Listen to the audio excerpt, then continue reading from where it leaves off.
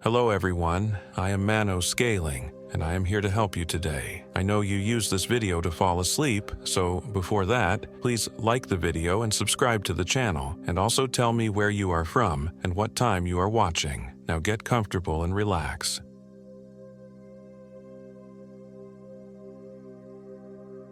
My name is Emily Hall, and I am 32 years old. This happened in the remote woodlands of the Superior National Forest in northern Minnesota, just outside a tiny unincorporated settlement called Echo Valley. I've always been drawn to solitude, the kind that wraps around you like a blanket, quieting the noise of everyday life. My therapist called it pathological introversion, but I preferred to think of it as self-sufficiency. After my sister Abigail's disappearance 3 years ago, the need for isolation only intensified. The pitying glances, the awkward conversations that died when I entered a room, it all became unbearable. So when my vacation time came up at the accounting firm where I worked, I didn't hesitate. I packed my hiking gear, loaded up my German Shepherd, Luna, and headed north to Minnesota's wilderness. The plan was simple. 7 days of hiking and camping in Superior National Forest, far from cell reception, email notifications, and the sympathetic head tilts that made my skin crawl. Just me, Luna, and the woods. If only I'd known what waited for us there. The drive from Minneapolis took nearly 4 hours. As I ventured farther north, the towns grew smaller, the gaps between them wider. Civilization thinned out like watered-down paint. By the time I reached the ranger station at the forest's edge, the afternoon sun had begun its descent, casting long shadows through the pines. Planning to stay long? The ranger was a leathery man in his 60s with permanently sun-squinted eyes. His nameplate read, Frank. "About a week," I replied, filling out the backcountry permit. "Just me and my dog." Frank's weathered face creased with concern. "Solo female hiker, huh? You've done this before?" The question irritated me, though I'd expected it. "Yes, many times." "Not here you haven't," he said, tapping my driver's license. "I know most everyone who comes through regularly." "First time in Superior, but I've hiked all over the Rockies and Appalachian Trail." He grunted, seemingly satisfied but not pleased. "Well, stick to the marked trails. There's been some strange business lately." My pen paused over the form. "Strange how?" "Hikers reporting. Disorientation. Getting turned around even on clearly marked paths." He shrugged. "Probably nothing. Summer heat playing tricks." It was early October, well past summer heat, but I didn't point this out. "Oh, and avoid Echo Valley if you can." He handed back my license. "Locals there don't much care for outsiders." I nodded, though I had no intention of seeking out human interaction. "Any wildlife concerns?" "Bears are always a possibility, though they're more scared of you. Wolves keep their distance. The real danger is the weather this time of year. It can turn nasty fast." He studied my form. "You heading to Timber Ghost Lake?" "That's the plan. I heard the views are spectacular." Something flickered across his face. "They are. Just stick to the eastern shore, will you? Western side gets treacherous." I thanked him for the advice and headed back to my car. Luna wagged her tail eagerly from the back seat as I approached. At 5 years old, she was in her prime, strong, alert, and fiercely protective. If there was anything to worry about in these woods, she'd sense it long before I did. "Ready for an adventure, girl?" I scratched behind her ears and she licked my wrist in response. I drove another 40 minutes down increasingly rough forest roads until I reached the trailhead parking area. Only 2 other vehicles sat in the graveled lot, a mud-splattered pickup truck and an older model Subaru with Colorado plates. Perfect. Minimal human contact was just what I wanted. By the time Luna and I hit the trail, golden hour was in full effect. Sunlight filtered through the canopy, creating dappled patterns on the forest floor. The October air carried that distinctive crispness, hinting at the winter to come but still comfortable enough for hiking. The scent of pine and decay filled my lungs. a heady, earthy perfume that instantly soothed something in my soul. According to my map, Timber Ghost Lake was about 8 miles in. With daylight fading, I'd need to set up a midway camp and finish the journey tomorrow. Luna trotted ahead, occasionally circling back as if to check that I was still following. Her presence was reassuring, a furry guardian keeping watch. About 3 miles in, we came to a fork in the trail not marked on my map. The left path continued along the ridgeline, while the right descended into a thicker section of forest. I pulled out my compass, confirming that the left path maintained our northeasterly direction toward the lake. Strange that the map didn't show this divergence. As I studied the compass, Luna growled, a low, throaty sound I rarely heard from her. "What is it, girl?" I scanned our surroundings, seeing nothing unusual. Just trees, underbrush, and the gradually dimming forest. Luna's attention was fixed on the right path. Her hackles raised. "It's okay," I soothed, though uneasiness prickled at the back of my neck. "We're going this way." I pointed to the left trail, and Luna reluctantly followed, still glancing back at the other path. We hiked for another hour before I found a suitable camping spot near a small stream. The clearing was just large enough for my 2-person tent, with a convenient flat rock that would serve as a cooking surface. As the last light faded from the sky, I set up camp with practiced efficiency. Tent secured, sleeping bag unrolled, bear canister with food stored a proper distance away. I boiled water on my portable stove for a freeze-dried meal while Luna patrolled the perimeter of our campsite, occasionally stopping to sniff intently at something beyond the ring of light cast by my headlamp. "You're being weird tonight," I told her, stirring my reconstituted beef stroganoff. "Is it the new territory?" Her only response was to stare into the darkness, ears perked forward. After dinner, I secured everything that might attract wildlife and crawled into the tent with Luna. Despite the day's physical exertion, sleep eluded me. The forest nights were never truly silent, always a symphony of rustling leaves, chittering insects, and distant animal calls. But something about these sounds felt off.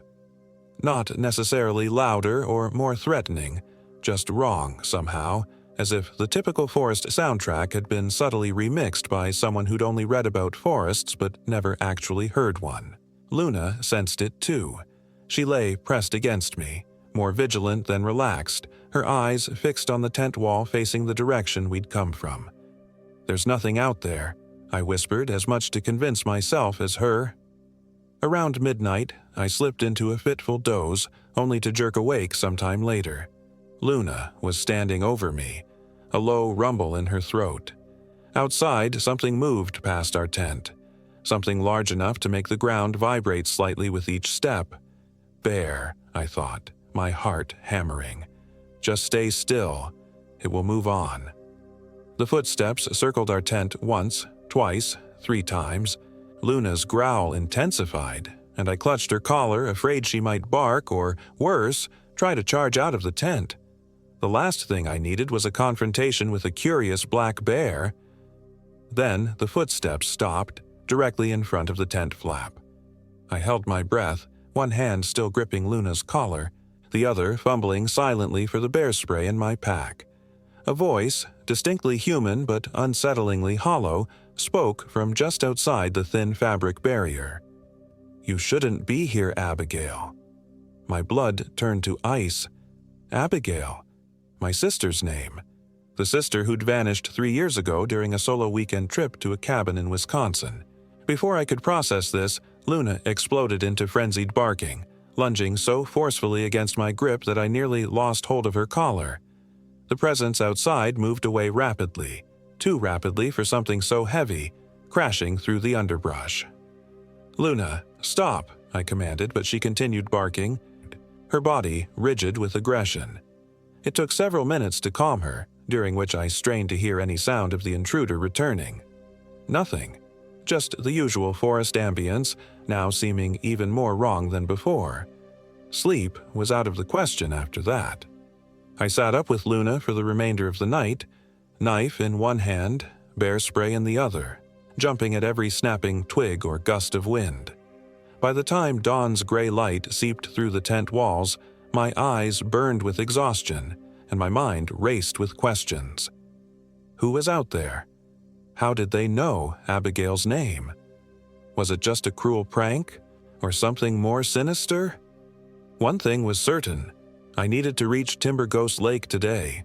The ranger station was too far back, but my research had mentioned a small outpost of Forest Service cabins near the lake. People, safety, cell reception maybe.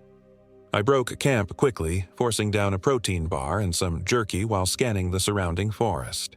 In the morning light, I could see no footprints or signs of our nighttime visitor. Luna remained unusually subdued, staying closer to me than her typical ranging pattern. The trail grew more challenging as we continued northeast, steeper, rockier, with sections washed out by previous rainfall. By midday, we'd covered another 4 miles, putting us within striking distance of the lake.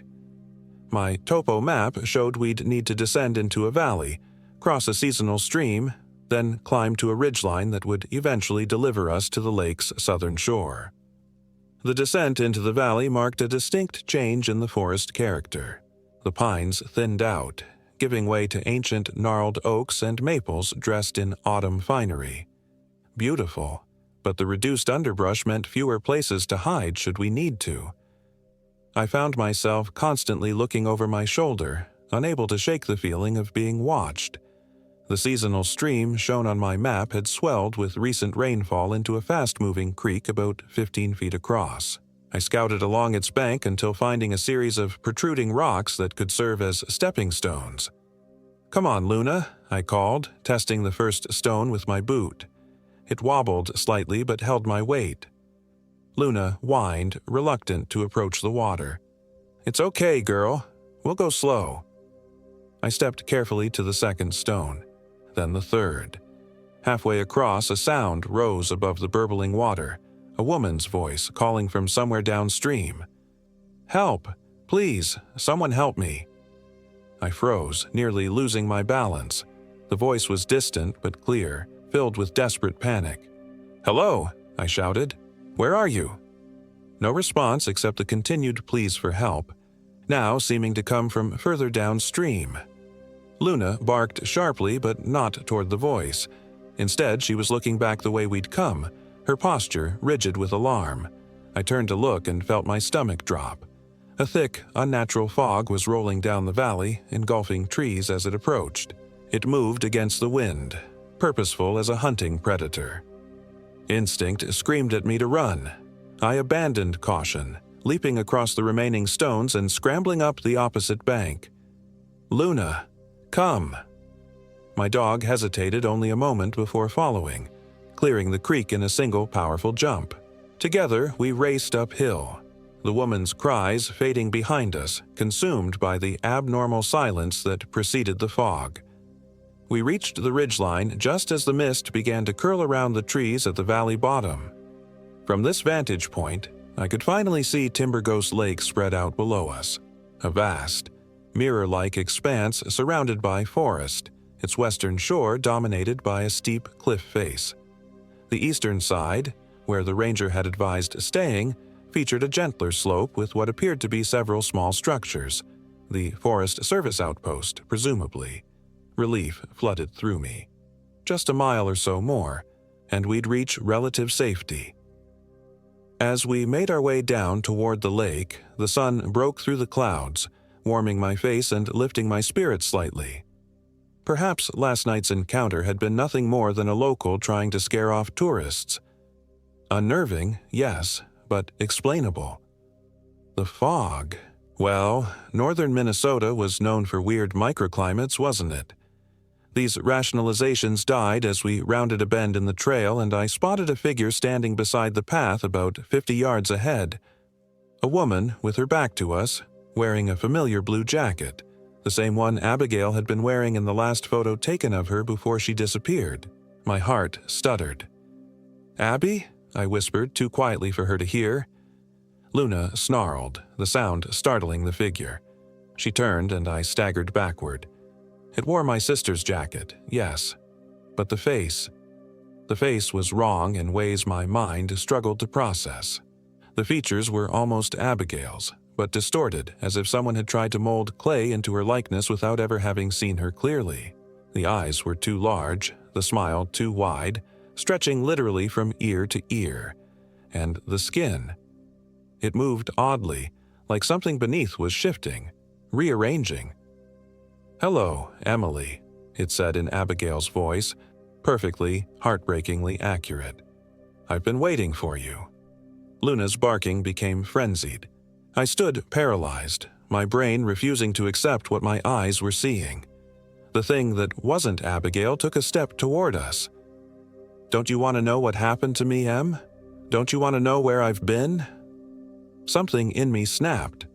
I turned and ran, not back the way we'd come, where the unnatural fog likely still prowled, but off trail, crashing through underbrush toward the lake's eastern shore. Luna followed, her barks now interspersed with frightened whines. Behind us, Abigail's voice called out, wounded and accusatory. "Why are you running from me, Emily? Don't you love me anymore?" Branches whipped my face. My boot caught on a root, sending me sprawling. I scrambled up immediately, spitting dirt, driven by pure animal terror. The rational part of my brain had shut down entirely, leaving only the primitive instinct for survival. We burst from the tree line at the lake's edge, about half a mile south of the outpost buildings. My lungs burned, and my knees trembled with the aftermath of adrenaline. Luna paced restlessly, whimpering and looking back toward the forest. "It's okay," I gasped, though nothing was okay. "We're going to get help." I started north along the shoreline, moving as quickly as my shaking legs would allow. The sun was now low in the sky, casting long shadows across the lake's surface. Within those shadows I could swear I saw movement, shapes gliding beneath the water that were too large for fish. After about 10 minutes of rapid walking, details of the outpost became clearer. What I'd assumed were Forest Service cabins were actually a collection of ramshackle structures that looked long abandoned. No lights, no smoke from chimneys, no sign of human presence whatsoever. My last hope for immediate help evaporated, replaced by a crushing wave of despair. We were still alone out here, with night approaching and, whatever that thing was, potentially in pursuit. Luna suddenly stiffened beside me, her attention fixed on the dilapidated outpost ahead. A low growl rumbled from her chest. I squinted, trying to see what had triggered her reaction. At first, I saw nothing unusual, just weathered buildings gradually being reclaimed by nature. Then, movement caught my eye. A figure emerged from the largest structure, then another, and another. People. Relief surged through me until I realized they were moving strangely with jerky, almost mechanical gaits like marionettes controlled by an unpracticed puppeteer. As they came closer, I could make out more details. 3 men and a woman, all dressed in outdated clothing that hung loosely on their gaunt frames. Their faces were expressionless, eyes vacant. Most disturbing of all, they moved in perfect unison, as if choreographed. "Hello," I called hesitantly. "I need help. There's something in the woods." They gave no indication of hearing me. Instead, they began to spread out in a semicircle, cutting off my route along the shoreline. The woman, white-haired and bent with age, spoke in a flat monotone. "You shouldn't have come to Echo Valley." Echo Valley, the small settlement the ranger had warned about. "I'm not in Echo Valley," I replied, backing away slowly. "I'm at Timber Ghost Lake." The oldest man laughed, a dry sound like dead leaves rustling. "The lake is the valley, girl. They're one and the same." This made no geographical sense, but arguing seemed pointless. "I don't want trouble. I'm just passing through." "No one just passes through," said another man, younger but with the same vacant eyes. "The valley calls those it wants and keeps those it calls." Luna's growling intensified as they continued their slow advance. I weighed my options. The forest behind us might hold that thing wearing Abigail's face, But the lake to our right and these unsettling people before us left few alternatives. "What do you want from me?" I demanded, trying to project confidence I didn't feel. "We want nothing," the old woman replied. "The valley wants you to replace what was taken." A chill ran through me. "Taken? What are you talking about?" "Your sister," said the youngest man, speaking for the first time. Unlike the others, his eyes held a spark of genuine emotion, pity, perhaps. "She was taken, but the valley requires balance." My mind reeled. "You know about Abigail? How?" "She disappeared in Wisconsin, hundreds of miles from here." The old woman shook her head. "The valley reaches far when it hungers. Distance means nothing to it." This was madness. These people were clearly deranged, part of some isolated community that had developed its own bizarre mythology. Yet, a treacherous part of my mind whispered, "But you saw her. You saw something wearing her face." "I'm leaving," I stated firmly, edging toward a narrow gap between two of the men. "My dog and I are walking out of here, back to the ranger station." "The fog has closed the paths," the oldest man said matter-of-factly. "There is no leaving now." As if summoned by his words, I glanced back to see tendrils of that same unnatural mist creeping through the trees behind us. The trap was nearly complete. With a sudden bark, Luna charged at the youngest man, not attacking but creating a diversion. I seized the moment, sprinting through the gap in their formation and making for the decrepit buildings. If I could get inside one, secure it somehow, perhaps I could last until morning. Surely the fog would dissipate with daylight. Luna raced after me, overtaking me easily. Together we reached the largest structure, what might once have been a trading post or community hall.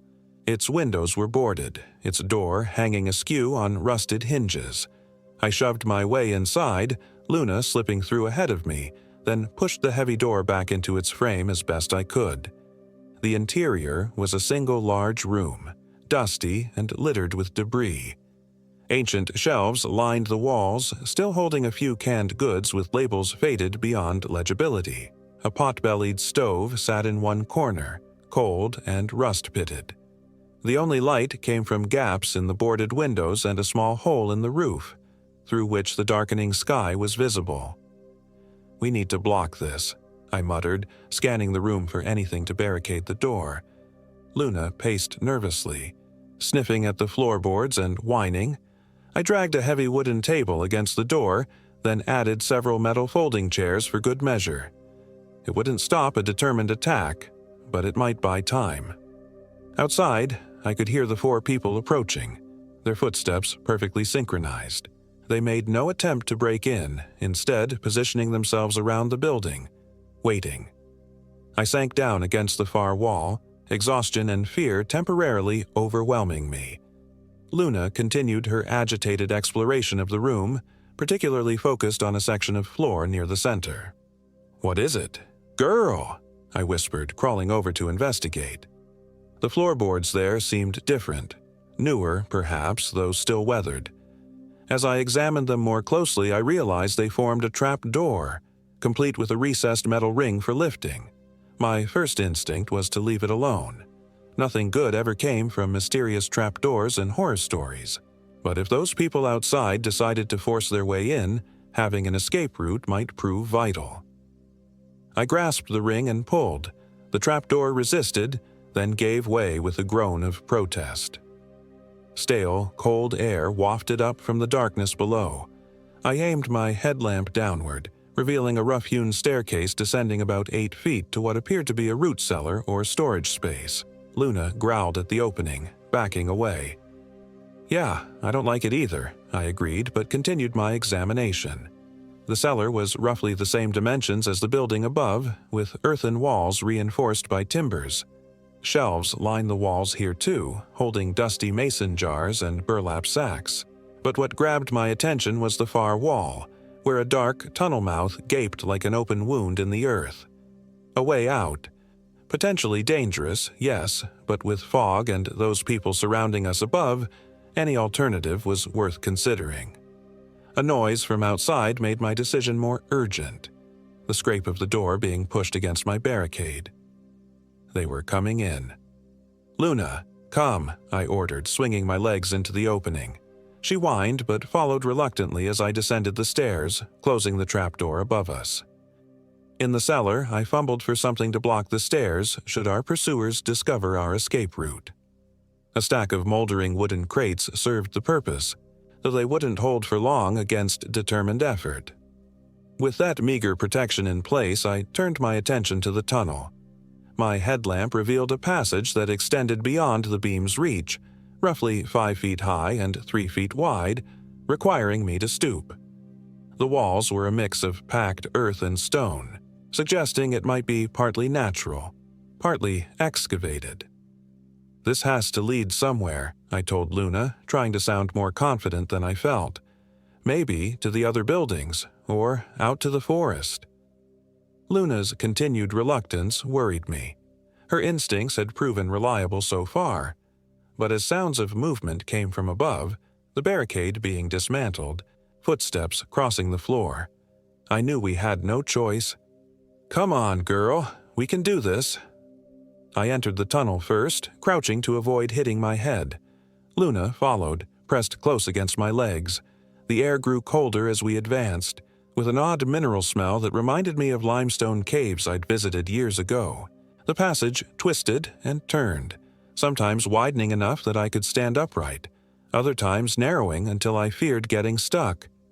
After what felt like hundreds of yards, I began to wonder if we were being led deeper beneath the valley rather than toward an exit. We reached a junction where the tunnel split into 3 branches. No obvious indication suggested which might lead to safety. I chose the rightmost path, reasoning that it might curve toward the lakeshore, possibly emerging some distance from the buildings and our pursuers. This new section felt different, the walls smoother with strange symbols carved at irregular intervals. My headlamp caught glints of what might have been mica or quartz embedded in the stone, creating momentary reflections like watching eyes. The tunnel began to slope downward more steeply. Water trickled along the floor, soaking my boots. Luna's anxiety was palpable now. She kept trying to turn back, only continuing because I gently urged her forward. The passage eventually opened into a larger chamber, perhaps 20 feet in diameter. My headlamp couldn't illuminate it fully, creating a maddening play of shadows at the edges of visibility. The floor was covered with shallow water, reflecting the light in disorienting patterns. As we waded cautiously forward, my beam caught something in the water ahead, something pale and elongated. At first, I thought it might be a fallen branch or piece of driftwood. Then I realized I was looking at human bones, a femur specifically, partially buried in the silt. I stifled a cry, swinging my light around in panic. More bones emerged from the darkness. A scattered rib cage, a jawless skull, vertebrae strung together by the remnants of sinew. Not one body, but many, in various states of decay, suggesting deaths had occurred here over an extended period. Luna whimpered, pressing against my legs so hard I nearly fell. I reached down to steady myself and felt something smooth and cylindrical beneath the water. Instinctively, I grasped it, pulling up a waterlogged backpack, its once bright blue fabric now mildewed and torn. With trembling hands, I unzipped the main compartment. Inside, protected in a waterproof case, was a driver's license. Abigail Hall, the sister I'd spent 3 years searching for, stared back at me from the photo. A sound echoed through the chamber then, something between a sigh and a moan, seeming to come from everywhere and nowhere at once. The water around my feet began to vibrate, tiny ripples expanding outward from an unseen source. Luna barked frantically, tugging at my jacket sleeve with her teeth. Her message couldn't have been clearer. We need to leave. Now. I stumbled backward, still clutching Abigail's backpack as something began to rise from the deeper water at the chamber's center. The surface bulged upward, as if an immense bubble were forming, then split open to reveal darkness. Not an object or creature, but an absence. A perfect spherical void that hovered above the water, bending light around its edges.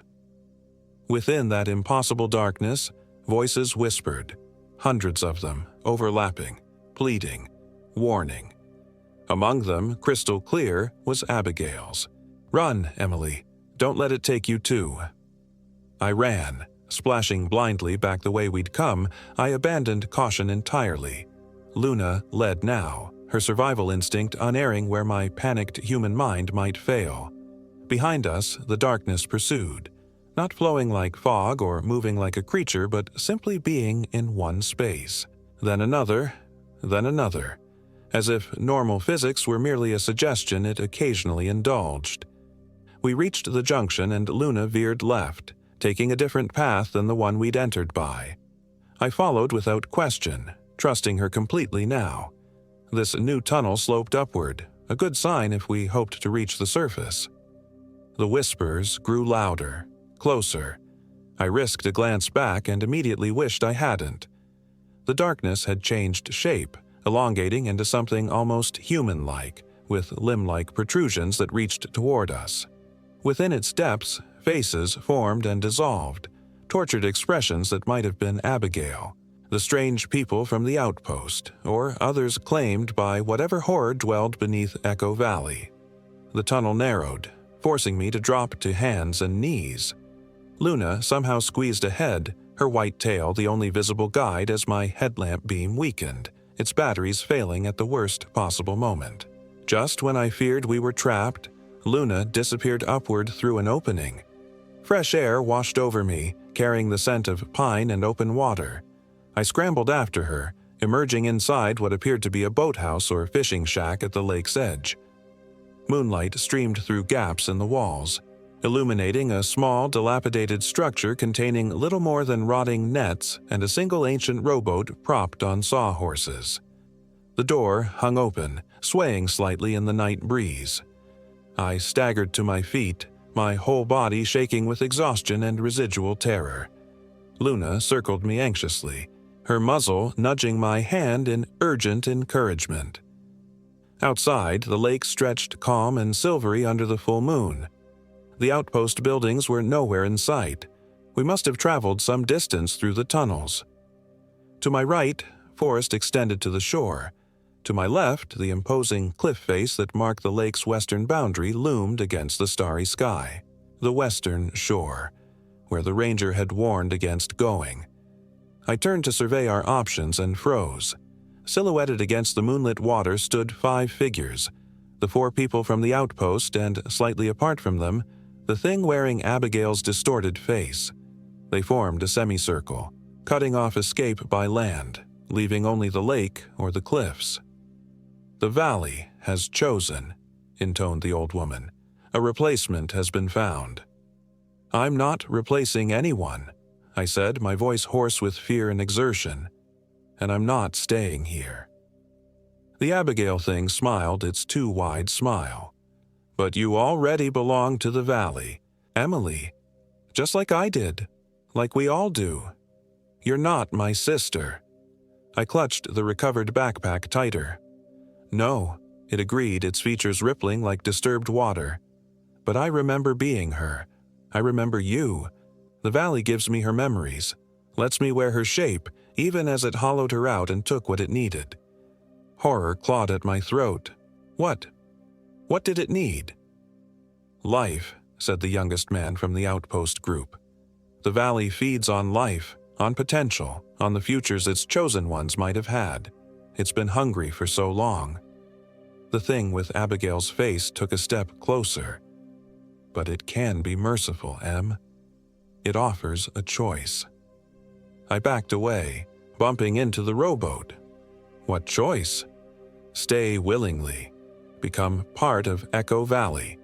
Let it feed slowly over years while you live among us. It gestured to the 4 people who nodded in unison. Or resist and be taken completely, as Abigail was. My mind raced. There had to be a way out, an option they weren't telling me. My gaze fell on the rowboat, then shifted to the lake. If I could get out to deep water. As if reading my thoughts, the Abigail thing laughed, a sound that started with my sister's familiar laugh but descended into something inhuman. "The lake is the valley, Emily. You cannot escape through its waters. What dwells beneath will find you." I remembered the spherical darkness rising from the underground chamber, the whispers, Abigail's warning. The lake and valley were connected by more than geography. They were somehow the same entity, or different manifestations of the same horror. Luna growled, backing toward the cliff face. Following her lead, I edged in that direction as well. And if I simply leave, walk out the way I came in? "The fog has closed all paths," repeated the oldest man. "The valley will not release what it has claimed." I'd nearly reached the base of the cliff now. Looking up, I could see that while steep, it wasn't completely sheer. There were potential handholds, ledges, even the occasional stunted pine growing from cracks in the rock face.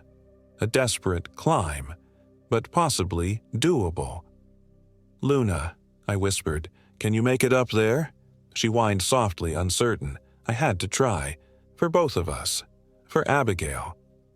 With sudden determination, I threw Abigail's backpack at the Abigail thing, using the moment of distraction to hoist Luna into my arms. No small feat with an 85-pound German Shepherd, and scramble for the first ledge. Luna, understanding now, wriggled free as soon as we were a body length up the cliff and began picking her own way upward, far more nimble than I expected. Below, the 5 figures watched impassively. None moved to follow. The Abigail thing called up, its voice shifting between my sisters and something ancient and hollow. "The valley's hunger reaches everywhere, Emily. Height will not save you." I ignored it, focusing entirely on the climb, hand over hand, testing each hold before trusting my weight to it. Luna somehow stayed just ahead of me, finding paths I wouldn't have seen. The moon provided enough light to work by, though shadows complicated judgments of depth. About halfway up the 100-foot cliff, I made the mistake of looking down. The 5 figures had moved to the very base of the cliff, their faces turned upward in perfect unison. Beyond them, on the lake's surface, the water was behaving strangely, rippling outward from a central point as if something massive were rising from the depths. "Don't look," I told myself, returning my attention to the climb. "Just keep moving." We ascended steadily, though my arms burned with fatigue and my fingers bled from countless small cuts on the rough stone. Luna, incredibly, seemed to be managing better than I was, her powerful legs finding purchase where I struggled. 3/4 of the way up, disaster struck. The ledge I'd just waded crumbled without warning.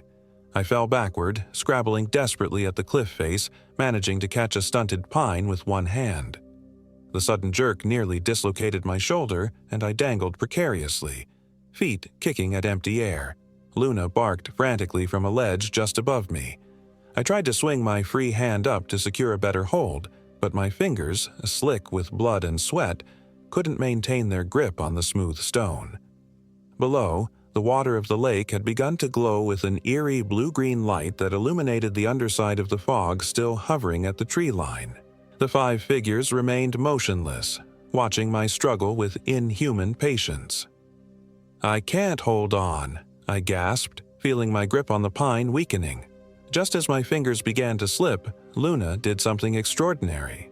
She scrambled down to my ledge and clamped her jaws around my jacket sleeve, not enough to puncture my arm, but with sufficient force to stabilize me momentarily. In that brief reprieve, I caught sight of a more substantial handhold just to my right and lunged for it. My fingers found purchase on a jutting piece of granite, and I hauled myself onto a narrow ledge, gasping with relief and exertion. "Good girl," I breathed, scratching Luna behind the ears as she crowded next to me on our precarious perch. "Best dog ever." We took a moment to recover, but only a moment. From below came a sound like rushing water, though magnified 100-fold. I peered over the edge and immediately regretted it. The lake was rising, not in a natural surge or wave, but as if the entire body of water were being lifted upward in one continuous mass. The 5 figures still stood at the cliff base, unmoving despite the water now lapping at their knees, then waists. They made no attempt to escape as the impossible tide engulfed them entirely. "We need to go," I urged Luna. "Now." The final quarter of our climb was a blur of desperation. My world narrowed to the next handhold, the next ledge, Luna's encouraging whines when I struggled. Behind and below us, the sound of water grew louder, accompanied by that same haunting chorus of whispers that had filled the underground chamber. Just as my strength was failing completely, my hand grasped the cliff's upper edge. With one final, agonizing effort, I pulled myself over the top, then turned to help Luna scramble up beside me. We collapsed on solid ground, my lungs burning, muscles trembling with fatigue. For several seconds, I could only lie there, staring up at the star-filled sky, feeling the cold October air on my face. Then Luna's urgent barking roused me. I sat up to see water pouring over the cliff edge mere yards away, not as waterfalls should flow, but creeping upward like an advancing wall, defying gravity and reason. Clutching Luna's collar, I stumbled to my feet and ran blindly into the forest that crowned the cliff top. My headlamp, nearly dead now, provided just enough light to avoid crashing into trees. We pushed through underbrush, scaled fallen logs, splashed across small streams, always moving away from the lake and the horror pursuing us. After what felt like hours but might have been minutes, we burst into a small clearing. At its center stood a dilapidated fire tower, its metal frame rusted but still intact, rising about 60 feet into the night sky. Higher ground. Our only hope if the water continued its impossible advance. The tower's ladder was missing its bottom 3 rungs, requiring a desperate jump to catch the lowest intact one. I boosted Luna up first, no small feat with my depleted strength, then jumped and caught the rung with both hands, my body dangling precariously before I could pull myself up. We climbed steadily, the old metal creaking ominously beneath our weight. About halfway up, I heard it, the rushing water, the whispers, drawing nearer. Below, moonlight reflected off the advancing tide as it entered the clearing, moving with purpose rather than flowing naturally across the terrain. The tower observation platform was little more than a 6-by-6-foot square enclosure with windows on all sides, most of the glass long since shattered. An ancient radio unit sat on a rusted desk, covered in decades of dust and bird droppings. I checked it automatically without real hope and confirmed it was nothing more than a worthless relic. Luna whined, pressing her nose against one of the glassless windows. Following her gaze, I saw the water had reached the tower's base and begun spiraling up the metal supports. Not flowing upward exactly, but climbing, like some immense, formless predator. "No more running," I whispered, sinking to my knees beside Luna. Nowhere left to go. As the water rose, moonlight illuminated something floating within it. Familiar blue fabric. Abigail's backpack, somehow carried along in the impossible tide. It bumped against the platform, caught on a protruding nail, and hung there, dripping. I stared at it, an idea forming through my exhaustion and terror. The valley wanted a replacement. It had taken Abigail, was trying to take me. But what if I offered something else? Moving quickly before I could reconsider, I pulled out my wallet and removed everything personal. My driver's license, credit cards, the worn photo of Abigail and me I always carried. I stuffed these into a waterproof pouch from my pack, then added the keys to my apartment and car. "My identity," I said aloud, addressing the rising water. "That's what you want, isn't it? Who we are, not just our bodies." The water paused in its advance, hovering just below the platform. The whispers intensified, and I caught fragments of Abigail's voice among them. "Doesn't work that way. Must be living, willing sacrifice." Understanding bloomed like ice crystals in my veins. "A willing sacrifice," I repeated. "Someone who chooses to stay." Luna growled, sensing my thoughts. She nudged my hand forcefully as if saying, "Don't you dare." Not me, I assured her, stroking her fur, but something of me, something freely given. I took a deep breath and called out to the water, the valley, whatever intelligence lurked within it. I offer a bargain, not my life, but my connection to Abigail. Take my grief, my memories of her, my love for her. Let me forget she ever existed. And in return, let us leave this place. The whispers ceased abruptly. The water retreated several inches, then surged forward again, lapping at the edge of the platform. I mean it, I continued, my voice stronger now. My sister is already gone. I've spent 3 years searching, grieving. Take that part of me. It's yours willingly. But Luna and I leave, whole in body, if not in memory. For a long, terrible moment, nothing happened. Then the water began to glow with that same eerie blue-green light I'd seen in the lake. It swirled hypnotically, forming a small whirlpool directly beneath the platform. From this vortex rose a column of water that took on a vaguely humanoid shape before my eyes. It had no distinct features, yet somehow conveyed an ancient, patient malevolence. A voice spoke directly into my mind, not Abigail's nor any human voice, but something older than language itself. Acceptable. The water form extended what might have been an arm, reaching for my temple. Luna snarled and tried to interpose herself between us, but I gently held her back. It's okay, girl. Trust me. Cold, wet pressure against my forehead, then pain, white-hot and all-consuming. I might have screamed. I don't remember. Images flashed before my eyes. Abigail on her 16th birthday, blowing out candles. Abigail graduating college, tossing her cap in the air. Abigail hugging me goodbye before her weekend trip, the last time I ever saw her. Each memory seared brilliantly, then faded, leaving behind blank spaces in my mind. The pain intensified until I thought my skull would crack open. Then, abruptly, it stopped. The water form withdrew, clutching something that glowed faintly in its amorphous grasp, some ethereal essence I couldn't properly perceive. With this prize, it collapsed back into the main body of water, which immediately began to recede from the tower. I slumped to the platform floor, drained beyond exhaustion. Luna whined and licked my face anxiously. "We're okay," I murmured, though I wasn't entirely sure that was true. I felt strange, lighter somehow, but with troubling gaps in my thoughts, like pages torn from a book. I knew my name, knew Luna, knew most of my life. But there were holes, absences I could sense but not identify. We stayed in the tower until dawn, watching as the unnatural water retreated entirely, leaving the forest floor damp but otherwise normal. Birds began to sing as the sky lightened. Woodland creatures rustled in the underbrush. The world seemed to settle back into its proper patterns. When we finally descended, we found regular hiking trails where none had been visible in the darkness. Trail markers pointed toward a ranger station just 3 miles north. My phone, dead since the previous day, caught a signal when I powered it up after connecting it to my portable charger. We were found by a search party that afternoon. Apparently, I'd been reported missing when I failed to check in at the designated time.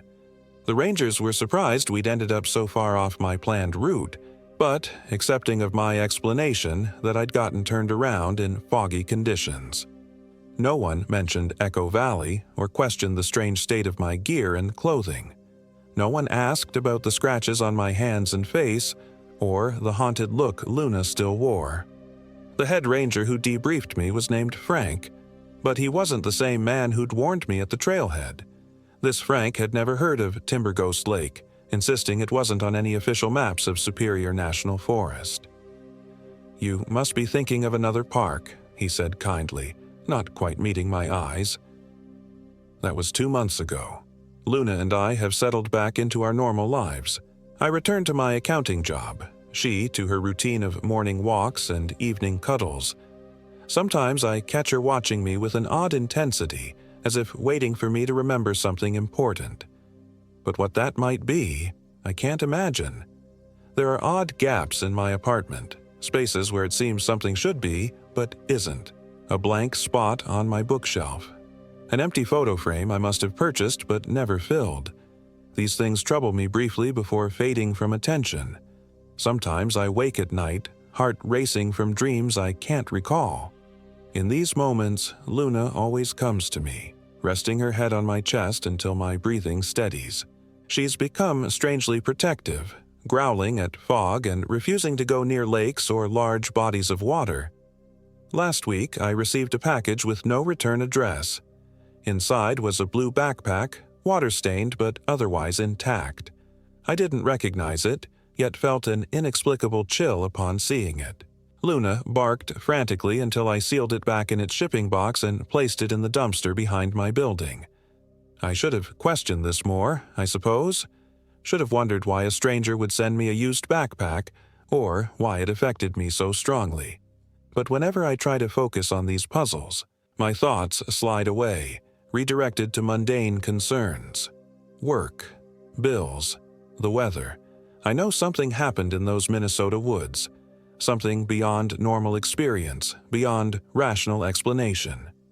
The evidence is there in my nightmares, in Luna's behavior, in the strange blank spaces in my memory and home. But I made a bargain, it seems. And whatever I sacrificed, whatever I chose to forget, perhaps it's better this way. Some prices are worth paying to escape Echo Valley.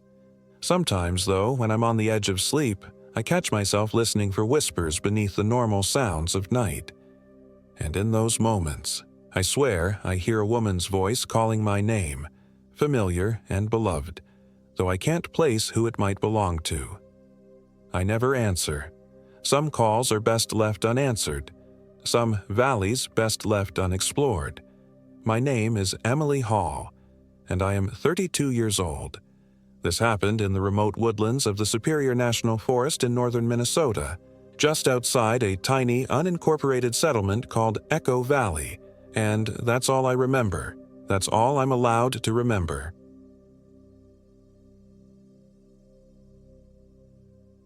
My name is Emily Hall, and I am 32 years old. This happened in the Boundary Waters Canoe Area Wilderness in northern Minnesota, just last autumn. I'd always been an avid solo hiker. Something about the solitude of the wilderness called to me. My therapist said it was an unhealthy coping mechanism after my divorce, but I preferred to think of it as reclaiming my independence. The Boundary Waters had been on my bucket list for years, with its 1,000 pristine lakes and ancient boreal forests stretching to the Canadian border. I'd read about its remoteness, the absolute silence that could envelop you there when the wind stopped, how the night sky blazed with stars unpolluted by city lights. What I hadn't properly appreciated was how utterly isolated you could become once you ventured a few miles from the entry points. Cell reception disappeared immediately. GPS signals grew unreliable under the dense canopy, and in autumn, when most tourists had gone, you could go days without seeing another human. That was exactly what I wanted. I'd planned a week-long trek, following a route that would take me through some of the more secluded portions of the park. My outfitter in Ely, a grizzled man named Walt with hands like tree bark, had raised his eyebrows when I told him I'd be going alone in October. "Weather's unpredictable this time of year," he warned, studying my gear with a critical eye. "Gets dark early, too, and you're heading into the Echo Trail area. Pretty remote stuff." "That's the idea," I'd replied with more confidence than I felt. Walt just shook his head. "Well, at least take this." He handed me an emergency satellite beacon. Just in case. I nearly refused it. I didn't want any tethers to civilization, but something in his weathered face made me reconsider. I tucked the small device into my pack and thanked him. The first 2 days were everything I'd hoped for. The forest blazed with autumn colors, crimson maples, golden birch, and the deep green of ancient pines.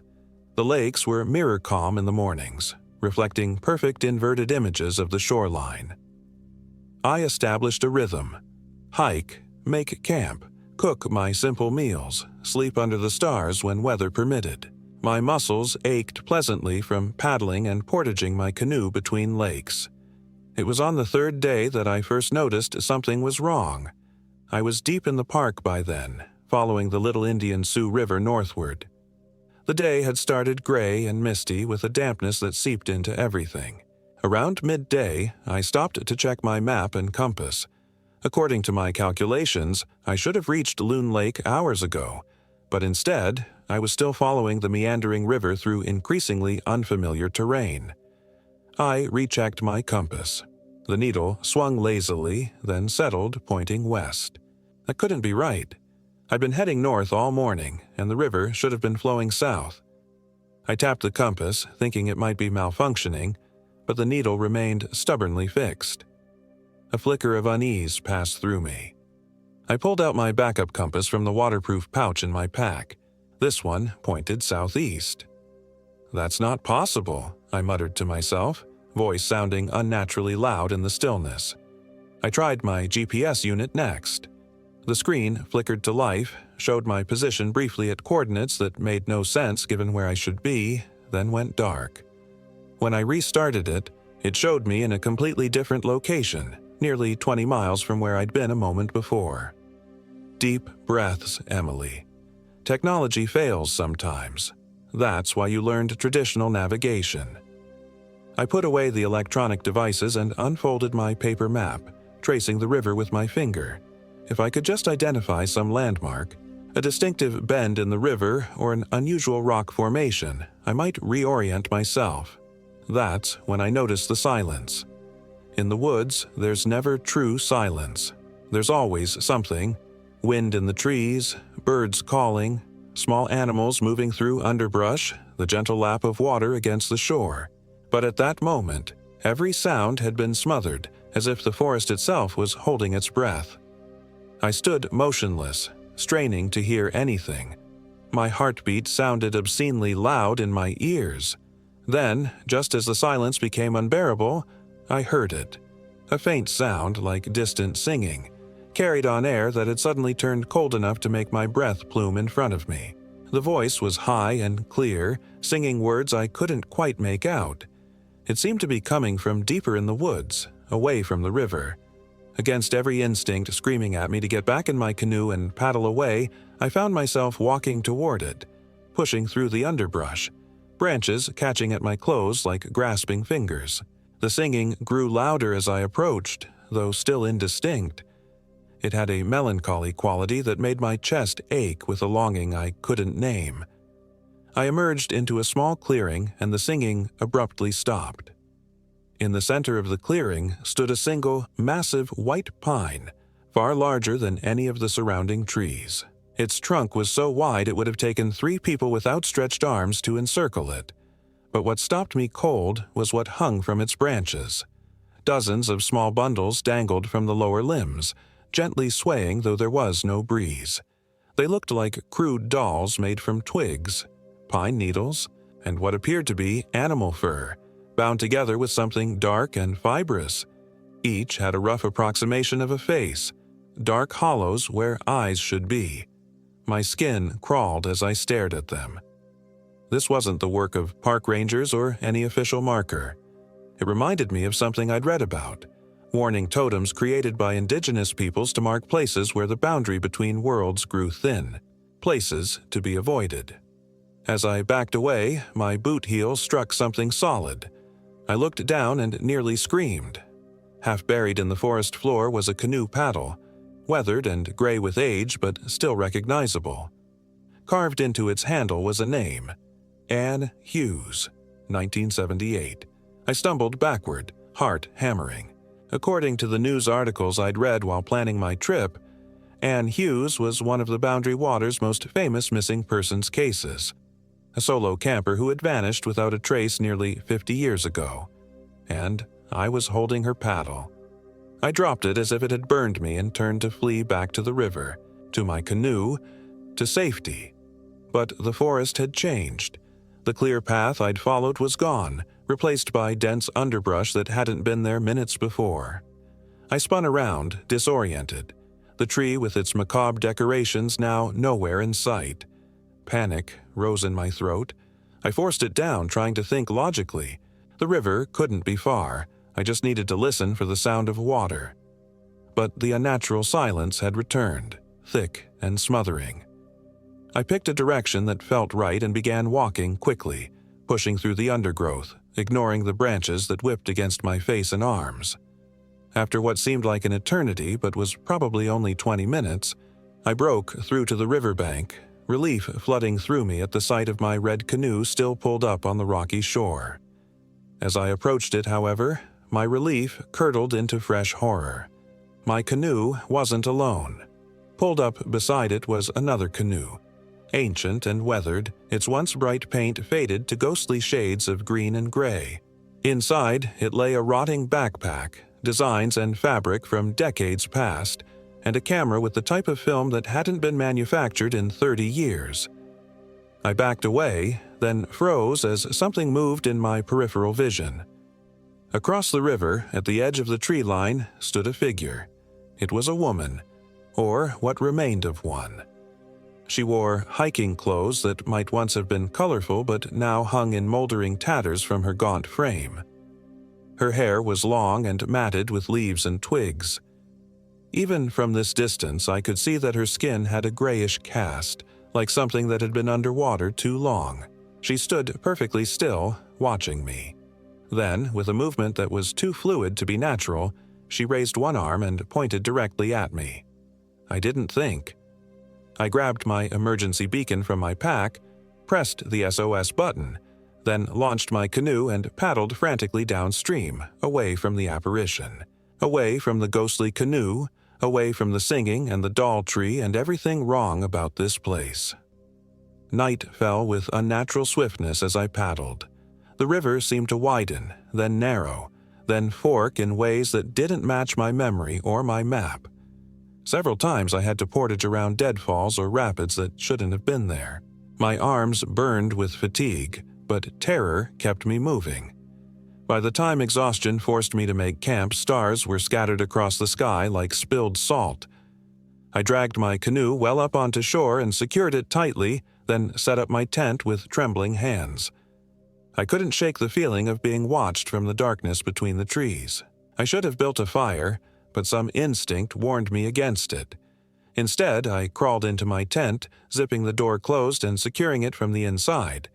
I placed my hunting knife beside my sleeping bag and turned on my small lantern, unwilling to face the absolute darkness. Sleep seemed impossible, but eventually, my exhausted body overrode my terrified mind, and I drifted into uneasy dreams filled with singing voices and hollow-eyed watchers. I woke to scratching sounds against the outside of my tent. Light filtered through the nylon walls, but it was the strange, diffuse light of heavy fog, revealing nothing of the world outside. The scratching continued, light, almost tentative, like curious fingers exploring the unfamiliar texture.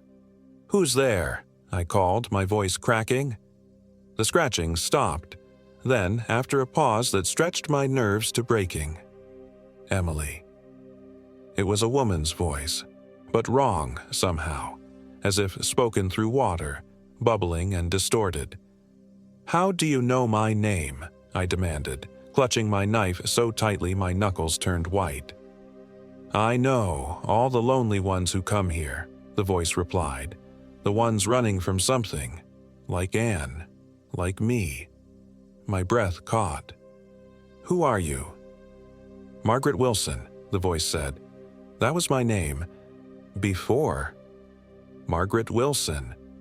Another name from the articles I'd read, a hiker who'd disappeared in 1992, her campsite found undisturbed except for strange markings carved into nearby trees.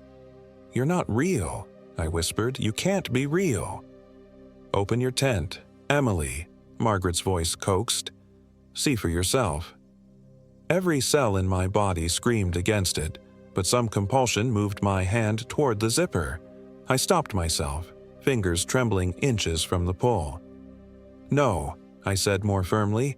"Whatever you are, you're not Margaret Wilson. Go away."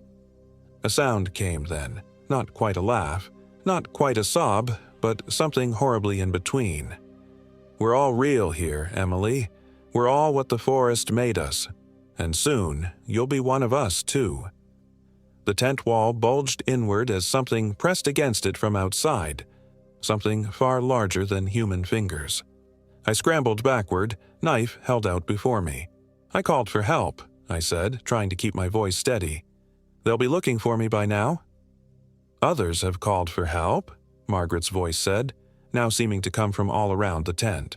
"The forest doesn't let signals through, not from the hollow places." The pressure against the tent wall increased, the nylon stretching to its limit. In desperation, I slashed at it with my knife, cutting a jagged opening. Cool mist poured in, along with the smell of decaying vegetation and something else, something coppery and organic that made my stomach turn. I lunged through the opening, expecting to confront whatever horror waited outside. But there was nothing. Just my small campsite wrapped in a blanket of fog so thick I could barely see 10 feet in any direction. My canoe was gone. I spun around, scanning the shoreline in panic. The river itself seemed to have receded overnight, leaving a wide expanse of mud between my campsite and the water. And there, leading away across the mud, were footprints. My footprints from when I'd brought my canoe ashore, except they weren't leading away from the water anymore. They were leading into it, as if I'd emerged from the river rather than approached it. My mind rebelled against what I was seeing. This wasn't possible. None of this was possible. I turned back to my tent, intending to quickly pack what I could carry and try to hike out, only to find the tent was gone too. In its place was a crude shelter of branches and pine boughs, rotting and sagging with age and exposure. Inside, barely visible in the gloom, lay a sleeping bag. Not my modern, lightweight one, but an old-fashioned mummy bag. Its once blue fabric now mildewed and torn. Protruding from the top of the bag was a human hand, the skin gray and withered, the fingers curled as if reaching for something forever beyond its grasp. I stumbled backward, a scream rising in my throat that I barely managed to choke back. I couldn't tear my eyes from that hand, from the glint of metal on one finger, a wedding ring, tarnished with age. My wedding ring, the one I'd continued to wear on a chain around my neck after the divorce, unable to fully let go. The fog swirled around me, thickening until I could barely see the grotesque shelter. From somewhere in the white nothingness came the singing again, louder now and accompanied by the sounds of splashing water. I ran. I didn't care what direction, didn't try to navigate, just crashed through underbrush and over fallen logs, branches whipping my face, roots threatening to trip me with every stride. My only thought was to get away, from the shelter, from the hand, from the implications too terrible to contemplate. I don't know how long I ran before I broke through to another clearing. This one was larger than the first, and dominated not by a single tree but by a ring of them. Ancient pines growing in a perfect circle around a still black pool of water. The fog had thinned here, allowing watery sunlight to filter through the canopy above. The unnatural silence had returned, broken only by my ragged breathing. At the edge of the pool stood a figure with its back to me, a woman in modern hiking clothes, her dark hair pulled back in a ponytail. Relief surged through me. Another person, someone real, not some forest apparition. "Hello," I called, my voice hoarse. "Thank God. Can you help me? I'm lost, and something very strange is happening." The figure turned slowly, and the words died in my throat. It was me. Or rather, something wearing my face. It had my features, my clothes, my backpack, but the eyes were wrong. Flat and black, with none of the terror that must have been plain on my own face. It smiled, an expression that stretched my face in ways that human muscles shouldn't allow. "Hello, Emily," it said in my voice. "I've been waiting for you." I backed away, shaking my head in mute denial. "Don't be afraid," my doppelganger said, still with that terrible smile. "The transition is almost complete. Soon you won't remember anything else." "What are you talking about?" I managed to ask, though my mouth had gone dust dry. The forest needs new guardians sometimes, it explained, gesturing toward the black pool. The old ones can only last so long before they deteriorate, like poor Margaret, like Anne before her. It stepped toward me, movements fluid but somehow wrong, as if its limbs had too many joints. You were perfect, it continued, so alone, so full of pain, running from a life you couldn't bear to return to. The forest called to you, and you answered. Another step closer. I tried to retreat further but found myself rooted to the spot, unable to move. Your body will wander out of here eventually, it said. It will go home, resume your life. No one will know the difference. And you'll stay here, with us, keeping others away from the hollow places. It reached out with my hand, fingers inches from my face. It won't hurt, it promised. You're already halfway there. You crossed over the moment you heard the singing. Its fingers brushed my cheek, cold as pond water, and suddenly I could move again.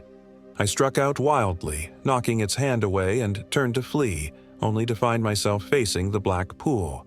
Somehow, impossibly, we had changed positions. The water of the pool began to ripple, though there was no wind. From its depths rose a sound, the collective singing of countless voices, harmonizing in that same eerie, wordless melody I'd been hearing. My doppelganger's hands closed around my shoulders from behind. Look, it whispered in my ear, see what you'll become. The surface of the pool turned reflective, but it didn't show the sky above. Instead, I saw faces, dozens of them, pressing up from below as if against glass. Men and women, their features distorted by the water and by something else, a wrongness that made their eyes too large, their mouths too wide.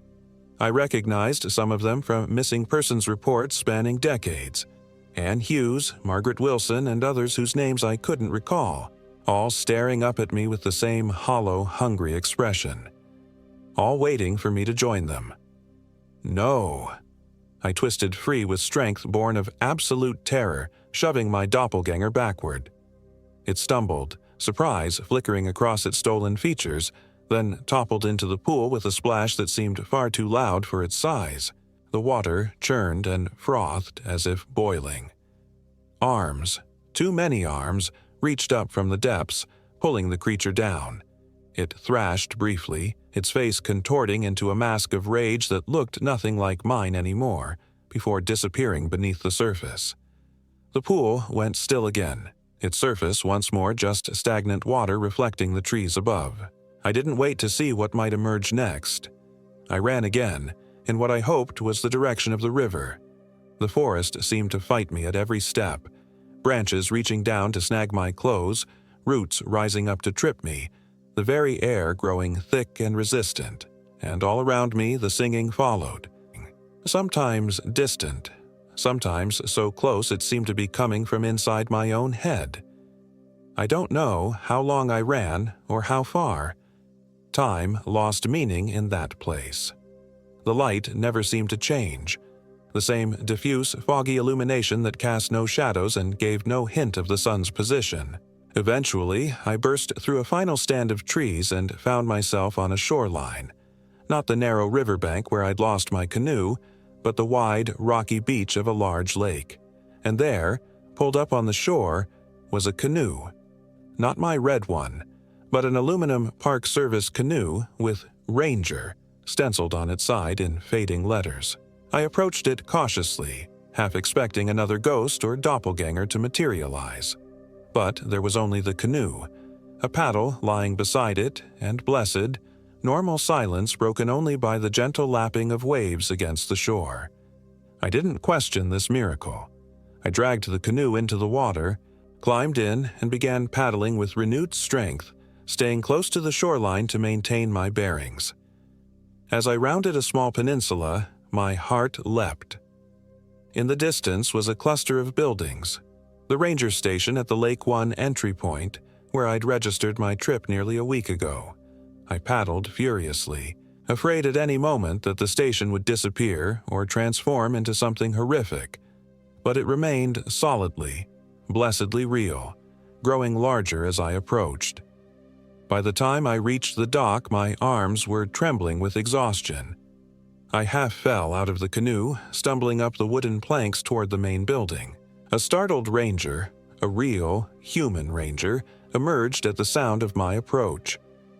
"Ma'am, are you all right?" he asked, taking in my wild appearance, the cuts and bruises from my headlong flight through the forest. I tried to speak but could only shake my head, tears suddenly streaming down my face. "Okay, it's okay," he said, guiding me gently inside. "You're safe now. Let's get you warmed up." The next few hours passed in a blur. I gave a statement that carefully omitted the more incredible aspects of my experience. I'd become lost, I explained. My equipment had failed. I'd panicked and abandoned my canoe. Standard wilderness misadventure.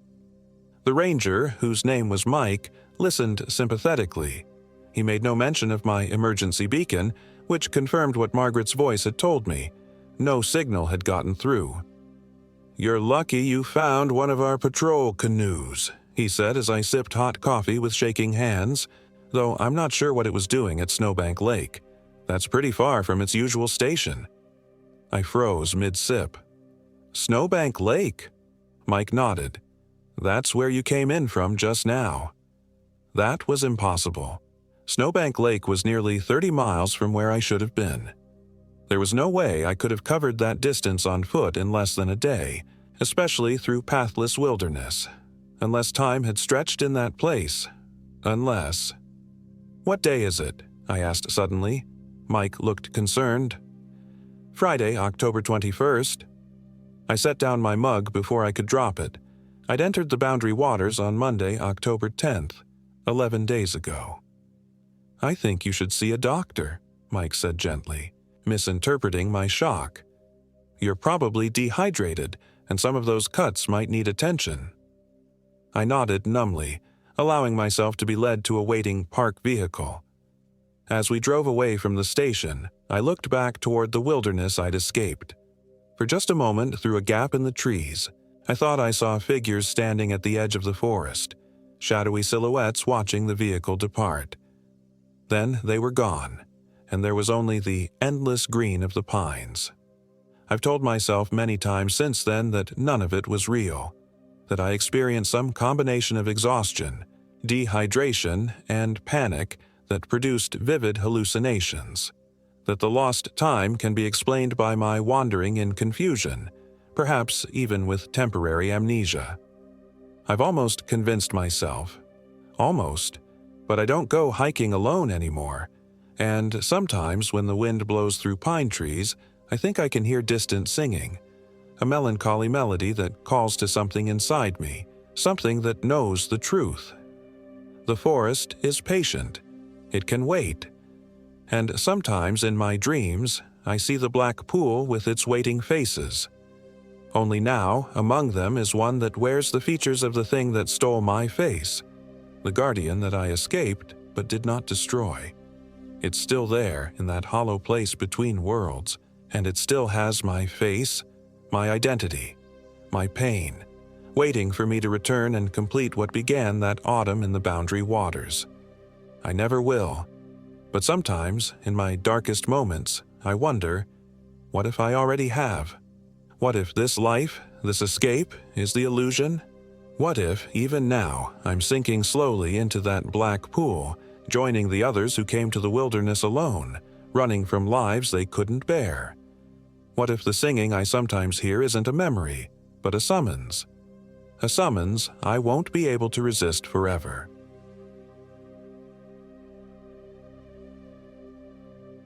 My name is Emily Hall, and I am 28 years old. This happened in the remote wilderness of the Superior National Forest in northern Minnesota, not far from the Boundary Waters canoe area.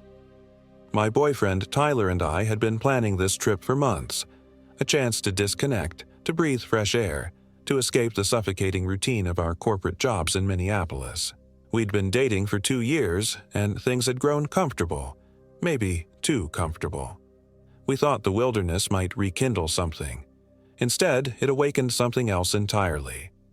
Tyler was the outdoorsy type, tall, lean, with perpetually tanned skin from weekend excursions. He smiled, and in the firelight, his teeth seemed too numerous, too sharp. "They've been watching us from the beginning, Emily. From the moment we entered these woods. The Black Pines, they call this place. Locals know better than to come here, especially in autumn. That's when they're hungriest." I continued backing away, my mouth dry with terror. "Who are they, Tyler? What's happening to you?" "The Old Ones. The first inhabitants of this land. They've been here long before humans built their cities, their roads." His voice dropped to a whisper. "They showed me things while you slept, Emily. Beautiful, terrible things. The true nature of these woods. Of all woods." I glanced frantically around, looking for an escape route, but the darkness beyond our campsite was absolute, and I could hear movement all around us now. Soft footfalls on pine needles, the rustle of branches being pushed aside. "You're not Tyler," I realized, horror washing over me like ice water. "What have you done with him?" The thing wearing Tyler's face tilted its head at an impossible angle, regarding me with eyes that suddenly reflected the firelight like an animal's. "I am Tyler. What's left of him. He's still in here, watching, screaming." It tapped its temple. "He's been so worried about you. Emily, about what's going to happen to you." I bolted then, blind panic driving me into the darkness of the forest. Behind me, I heard that thing, not Tyler, laugh, a sound that started human but rose to one of those inhuman cries. And it was answered, all around me as I crashed through the underbrush. I ran without direction, without thought, branches tearing at my face and arms, roots threatening to trip me with every step. I could hear them pursuing, not just behind me but on all sides, moving through the trees with inhuman speed and grace. And then the ground disappeared beneath my feet. I was falling, tumbling down a steep slope, rocks and branches battering my body as I rolled helplessly toward whatever waited below. I came to a rest at the bottom, dazed and battered. Above me, I could hear them coming, those soft footfalls drawing closer. I scrambled to my feet, ignoring the pain from what I suspected were cracked ribs, and stumbled forward into the darkness. My hand found rough bark, a tree, massive and ancient. I leaned against it, gasping for breath, trying to orient myself, and then I felt it. A vibration running through the wood, a pulse like a massive, slow heartbeat. I jerked away as if burned, a new kind of horror dawning. The trees, they were part of it. All of it. The forest, the creatures, even Tyler. They were all connected, all aspects of some ancient, incomprehensible entity. I staggered forward, no longer running, simply trying to put distance between myself and that pulsing tree. The night was absolute now, not even starlight penetrating the canopy above. I moved by feel, hands outstretched to avoid obstacles, and then my fingers touched something sticky and wet. I recoiled instinctively, but not before recognizing the unmistakable texture of half-congealed blood. A match flared to life in front of me, momentarily blinding. As my eyes adjusted to the sudden light, I found myself looking into the face of an old woman, ancient, her skin deeply lined and weathered, her eyes milky with cataracts. She stood in the entrance to what appeared to be a small cave, the match held aloft in fingers gnarled as tree roots. Behind her, I could make out crude furnishings, a pallet of pine boughs, a small fire pit. "Quick, child," she croaked, her voice like dry leaves rustling. "Inside, before they come." I hesitated, torn between fear of this stranger and the certainty of what pursued me through the dark woods. "Now," she hissed, reaching out to grab my wrist with surprising strength. She pulled me into the cave, quickly dropping a hide curtain across the entrance. Inside, the air was thick with the scent of herbs and smoke. The old woman moved to the fire pit, adding small twigs to the embers there, coaxing them into a flame. "You've led them on quite a chase," she said, eyeing me critically in the growing firelight. "Been a while since anyone's lasted this long." "Who are you?" I demanded, keeping my distance despite the small confines of the cave. What are those things out there? What happened to Tyler? The old woman cackled, a sound like stones grinding together.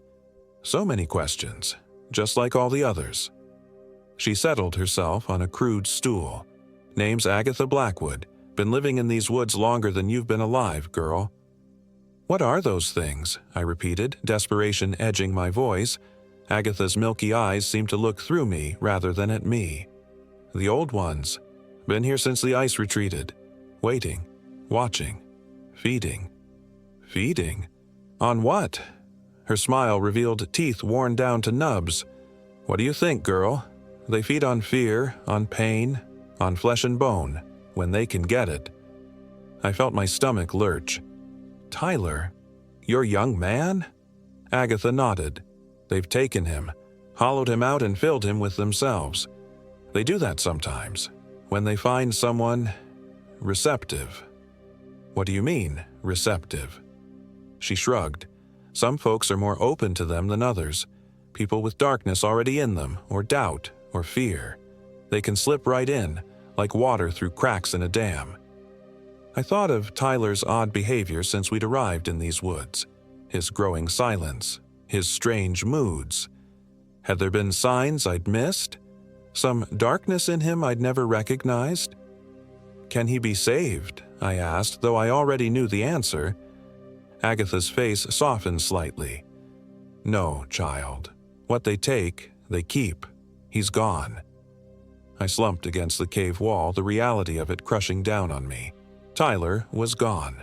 I was alone in these nightmare woods, hunted by creatures I didn't understand. Why are you helping me? I asked finally. How have you survived here? Agatha's laugh was bitter. Who says I've survived? Maybe I'm as much a part of these woods as they are now. I eyed her warily. Are you like them? She considered this, head tilted. Not like them, no. But not like you anymore either. I've been here too long, seen too much. She gestured to the cave around us. They leave me be, mostly. I'm too old, too tough for their tastes, and I know things they want kept quiet. What things? Agatha leaned forward, her voice dropping to a whisper though we were alone. How to harm them, how to escape them. The old ones, they're powerful, ancient, but they're not invulnerable. Hope kindled in my chest. You know how to kill them? Kill? She laughed again. No, child. They can't be killed, not really. They're as much a part of this forest as the trees, the rocks. But they can be discouraged, weakened, and with the right preparation you might make it out of their territory alive. Tell me, I pleaded. Please, I need to get out of here. Agatha studied me for a long moment, those milky eyes somehow seeing more than they should. It'll cost you, she said finally. Nothing's free in these woods. Cost me what? I don't have anything. Her gnarled finger pointed to my chest. Blood, just a little, freely given. That's my price. I hesitated, every instinct screaming that this was wrong, dangerous. But what choice did I have? Stay here and eventually be taken by those things, like Tyler. Fine, I said, if that's what it takes. Agatha nodded, seemingly satisfied. She shuffled to the back of the cave, rummaging through what looked like a collection of jars and bundles of dried herbs. She returned with a small stone bowl and a bone knife, its edge honed to razor sharpness. Your palm, she instructed. Just a small cut. I reluctantly extended my hand. The knife was cold against my skin, then hot as it bit into my flesh. Blood welled up, dripping into the stone bowl. Enough, Agatha said when the bowl contained perhaps a tablespoon of my blood. She pressed a scrap of cloth against my cut, then moved back to her collection of herbs. She worked methodically, mixing my blood with various powders and dried plants, muttering under her breath in a language I didn't recognize. The resulting paste was dark, almost black, with a metallic scent that made my nose wrinkle. Here, she said, presenting me with the bowl. Mark yourself with this. Forehead, throat, wrists, ankles. Do it now, before the blood dries. I dipped my fingers into the paste, surprised at its warmth, and did as instructed, drawing crude symbols at the points she'd indicated. The paste tingled against my skin, not unpleasantly. Good, Agatha nodded. Now listen carefully. The marks will hide you from their sight, but not perfectly. Move quietly, stay low to the ground. No matter what you hear, no matter what you see, don't stop. Head southeast, toward the rising sun. You'll find a stream with rocks that form stepping stones. Cross there. They can't follow over running water. What about Tyler? I asked. I can't just leave him. He's gone. Agatha cut me off, her voice hard. What wears his skin now isn't him. Remember that, or you'll join him. She moved to the cave entrance, peering out through a gap in the hide curtain. It's almost dawn. They'll be retreating soon. That's when you'll go. We waited in silence as the night gradually gave way to the faintest lightening of the sky visible through the cave entrance. Agatha kept watch, occasionally muttering to herself or making small gestures with her gnarled hands. Finally, she turned to me. It's time. They've withdrawn to their hollows for the day. You have perhaps 8 hours before they stir again. Use it well. I rose on shaky legs, gathering what little strength I had left. Thank you, I said. Will you be safe here? Agatha's laugh was dry as old bones. I'm always safe, child, and never safe. Go now. Don't look back. I slipped past the hide curtain into the gray light of early dawn. The forest was silent, the air heavy with mist that clung to the trees like ghostly shrouds. I oriented myself as best I could, locating the lightening sky to the east, and began moving southeast as Agatha had instructed. The forest looked different in the dawn light, less menacing but somehow sadder, older. I picked my way carefully through the underbrush, alert for any sign of those creatures, or of the thing that had once been Tyler. I walked for what felt like hours, the rising sun occasionally visible through breaks in the canopy, guiding my way. My body ached from the fall down the slope, and hunger gnawed at my belly, but I pushed on, driven by the memory of those inhuman cries in the night. And then I heard it. Water. The soft burble of a stream somewhere ahead. Hope surged through me, lending new strength to my tired legs. I quickened my pace, pushing through a tangle of brambles toward the sound. The stream lay before me, perhaps 10 feet wide, its water clear and swift flowing over a rocky bed. And there, just as Agatha had said, was a line of stepping stones, flat rocks arranged in a rough path across the water. I moved toward them, relief washing over me. But as I reached the bank, a voice called from behind me. "Emily." I froze, my blood turning to ice. I knew that voice. It was Tyler's voice, but not Tyler's voice. Something else using his vocal cords, his memories. Slowly, I turned. He stood at the edge of the clearing, looking almost normal in the daylight. Almost, but not quite. He stood too still, his posture subtly wrong, as if his spine had extra vertebrae. His eyes, when they met mine, were Tyler's warm brown, but something else looked out from behind them. Something old and hungry. "Don't go, Emily," it said in Tyler's voice. "Please, I miss you. I'm scared without you." I backed toward the stream, saying nothing. It took a step forward, Tyler's face contorting into an expression of hurt that was almost convincing. "It's me, Em. It's really me. I fought them off. I came back for you." "You're not Tyler," I said, my voice steadier than I felt. Its expression changed then, hardening into something predatory. "No," it agreed, its voice shifting to something deeper, resonant. "But I have all his memories. I know how he felt about you. I know what he wanted to do to you in his darkest thoughts." It took another step toward me. "Stay with us, Emily. Be part of the forest. It's peaceful here once you understand, once you surrender." I continued backing toward the stream. "No," I said, "never." It smiled then. Tyler's familiar smile twisted into something terrible. "You think that old witch's blood marks will save you? They're already fading." It gestured to my forearm. Where the symbol Agatha had instructed me to draw was indeed growing fainter, the paste flaking away. "You belong to us now. This forest has tasted your blood. It knows you." I turned and ran for the stepping stones, adrenaline flooding my system. Behind me, I heard it give chase, no longer bothering to maintain its human pretense. Its footfalls were strange. Too many of them, too quick, like something with more than 2 legs was pursuing me. I reached the first stone and leapt onto it, nearly losing my balance as my boot slipped on the wet surface. I recovered, jumping to the next stone and the next, the sound of my pursuer growing closer with each second. I was halfway across when I risked a glance back. What I saw nearly made me miss the next stone entirely. The thing that had been Tyler was changing as it ran, its form elongating, limbs stretching to impossible lengths. Its face was melting, features running like wax, revealing something beneath that wasn't a face at all, just eyes. Dozens of them, staring from a mass of writhing tissue. I turned away, choking down bile, and forced myself to focus on the stepping stones. 3 more, 2 more, 1 more.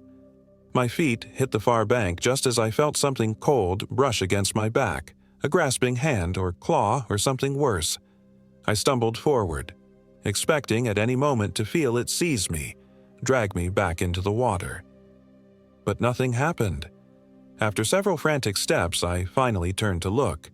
The creature stood at the edge of the stream, Tyler's form now completely gone, replaced by something tall and thin and wrong, a body like a twisted tree trunk, limbs too numerous and too jointed, a head that constantly shifted shape as if it couldn't decide what it wanted to be. It watched me with those many eyes, and I had the distinct impression it was frustrated, angry.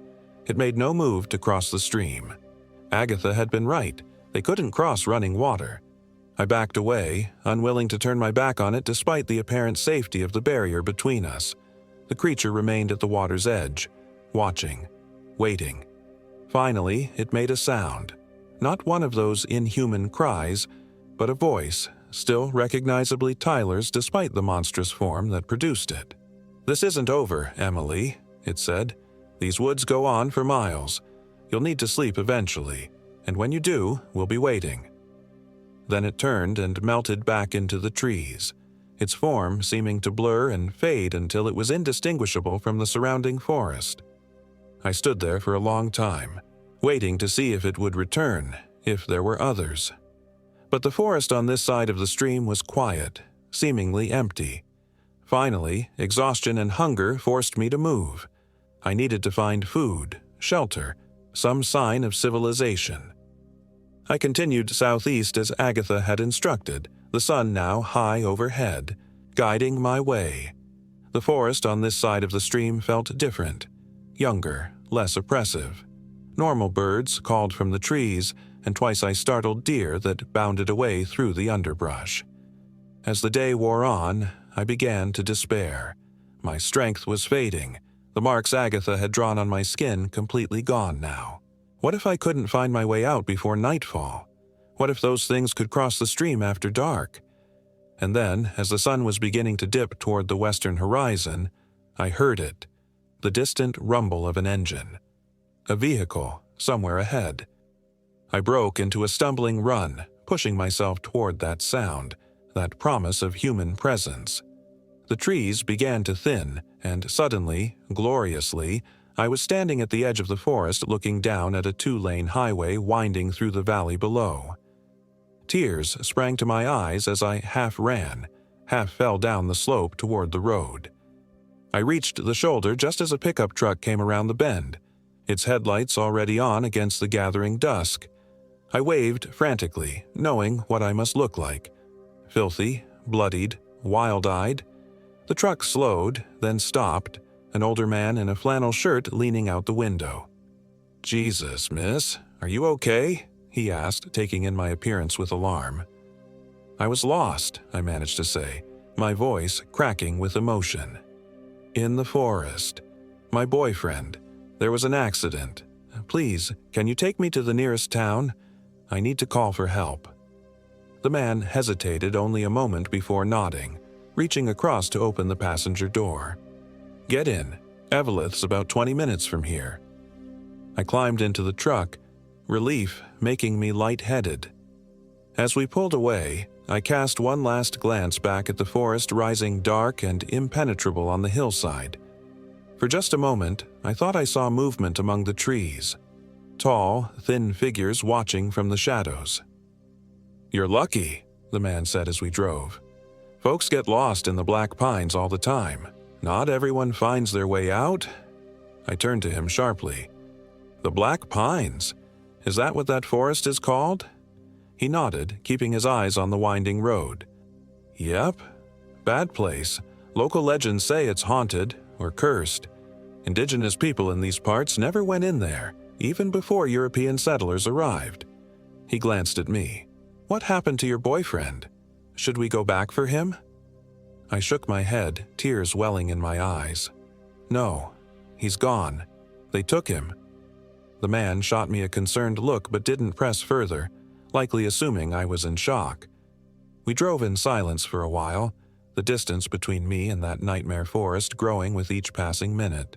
But even as we reached the outskirts of Eveleth, its lights glowing warmly against the darkening sky, I couldn't shake the feeling that something had followed me out of those woods.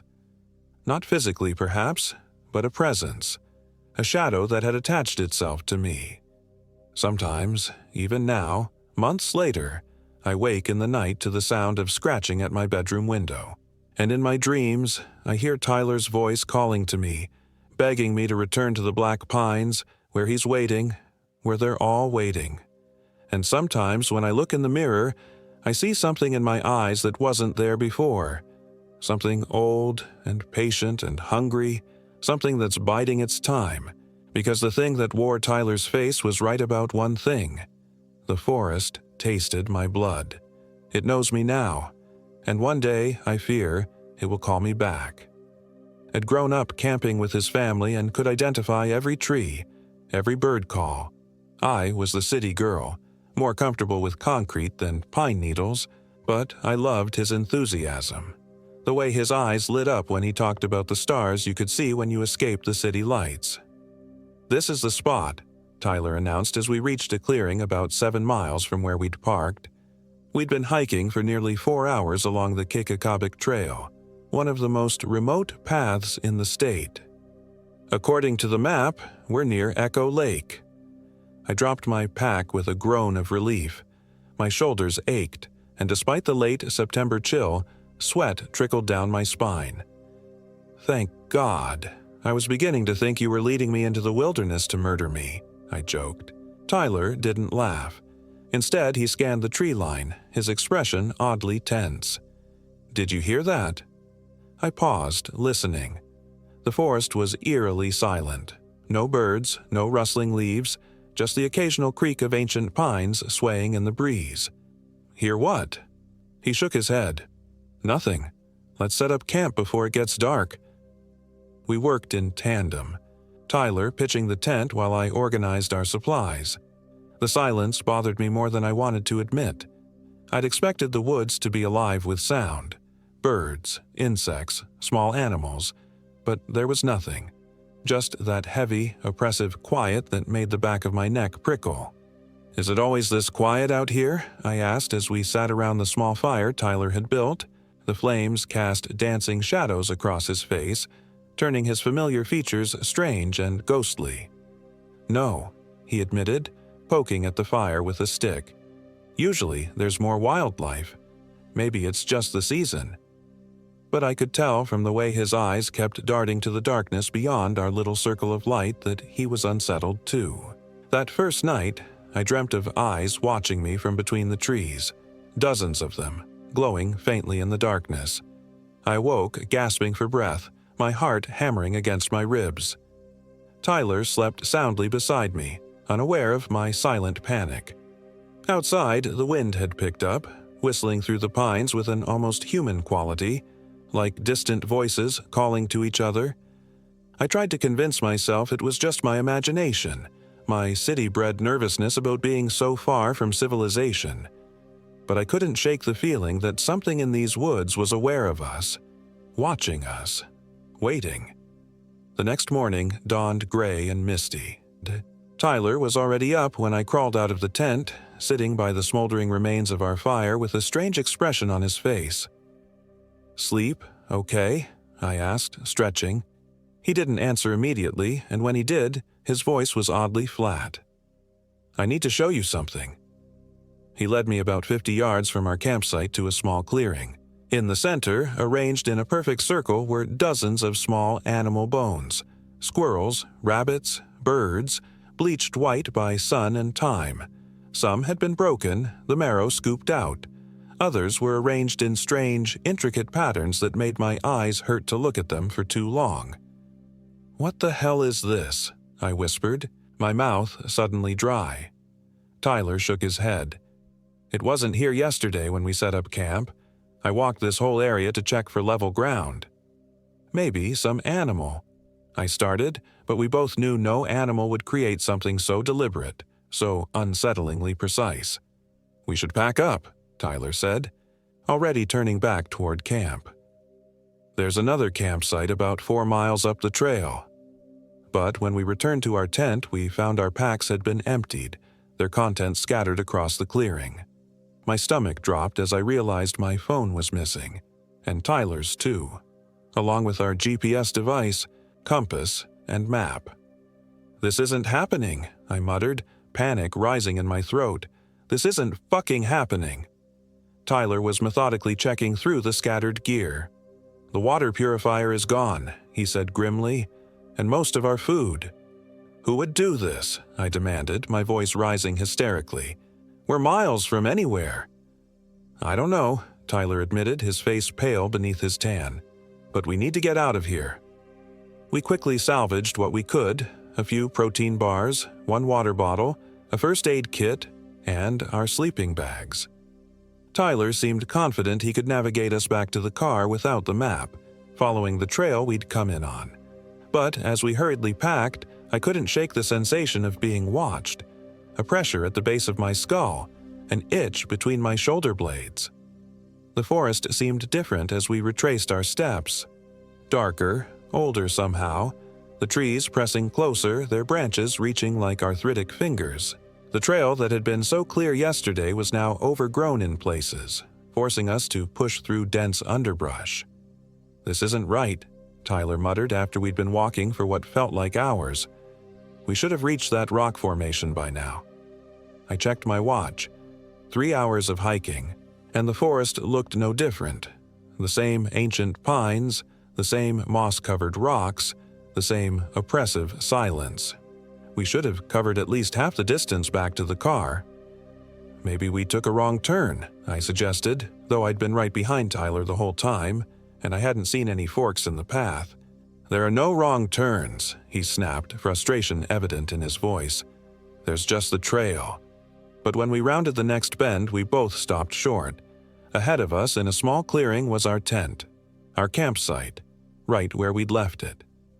"That's not possible," I whispered. "We've been walking away from camp for hours." Tyler's face had gone ashen. "Something's wrong. This can't be happening." He strode forward, inspecting the campsite. It was ours, unmistakably. The same blue tent, the same arrangement of rocks around the fire pit. But our scattered supplies had been neatly arranged in front of the tent. And on top of our sleeping bags lay a crudely fashioned doll made of twigs and pine needles, bound together with what looked disturbingly like human hair. I felt the blood drain from my face. "Tyler." He snatched up the doll, his hands shaking with rage, and hurled it into the trees. "Someone's fucking with us," he snarled. "This is someone's sick idea of a joke." "But how?" I asked, my voice barely above a whisper. "How did we walk in a circle? How did they put our stuff back?" Tyler had no answer. He just stood there, breathing hard, his eyes wild as they scanned the surrounding trees. I'd never seen him like this. Scared, yes, but also angry, a vein pulsing in his temple. "We need to try again," he said finally. "Different direction this time. Due south. The road eventually cuts east-west below us." We set off again, Tyler leading the way with grim determination. This time, he used his pocket knife to mark trees as we passed, carving small notches in the bark. It was a small comfort, a tangible sign that we weren't completely lost in this endless sea of trees. The day wore on, the light dimming as clouds thickened overhead. A light rain began to fall, cold droplets that slipped beneath my collar and chilled my skin.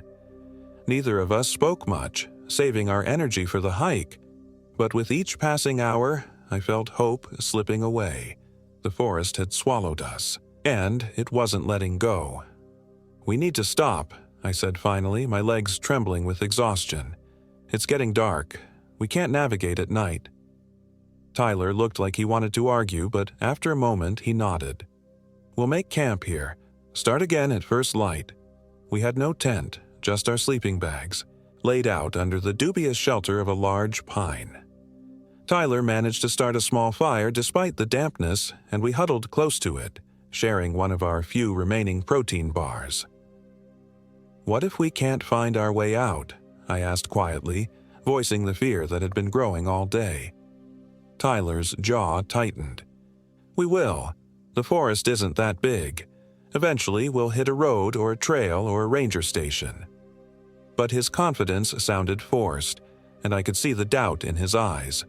Whatever was happening here defied logical explanation. The forest was playing by its own rules. That night, I dreamt of an old woman with skin like bark and fingers long and gnarled as tree roots. She stood over me, whispering in a language I didn't understand, her breath smelling of decay and pine sap.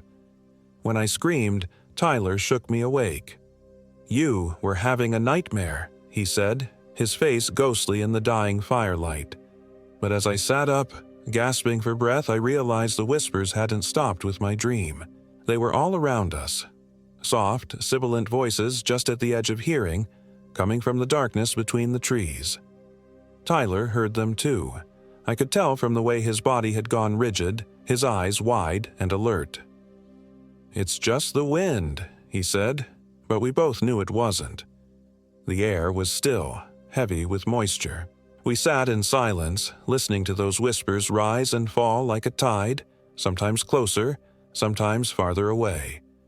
Words I almost recognized, in a cadence that was almost human, but not quite. The voices continued until dawn finally broke, gray and cheerless through the trees. We packed up in silence, neither of us mentioning what we'd heard in the night. There was a new tension between us, a rift opening. I could see Tyler withdrawing into himself, his face set in hard lines I didn't recognize.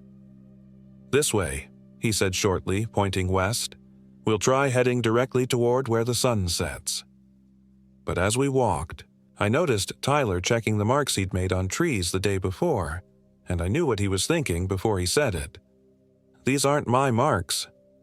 I looked at the notch in the pine bark, 3 parallel lines, 2 straight, 2 even to be made by a pocket knife. "What do you mean? You've been marking the trees as we go." "Not like this," he said, running his fingers over the marks.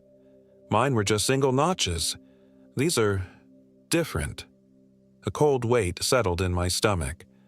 "So someone is following us, marking the trees." "Or something," Tyler muttered, so low I almost didn't hear it. We pushed on, the day growing darker instead of lighter as storm clouds gathered overhead. The rain returned, heavier now, plastering my hair to my skull and soaking through my supposedly waterproof jacket. I was cold, hungry, and increasingly terrified. And then Tyler stopped so suddenly I nearly ran into him. "Do you smell that?" he asked, his voice tight.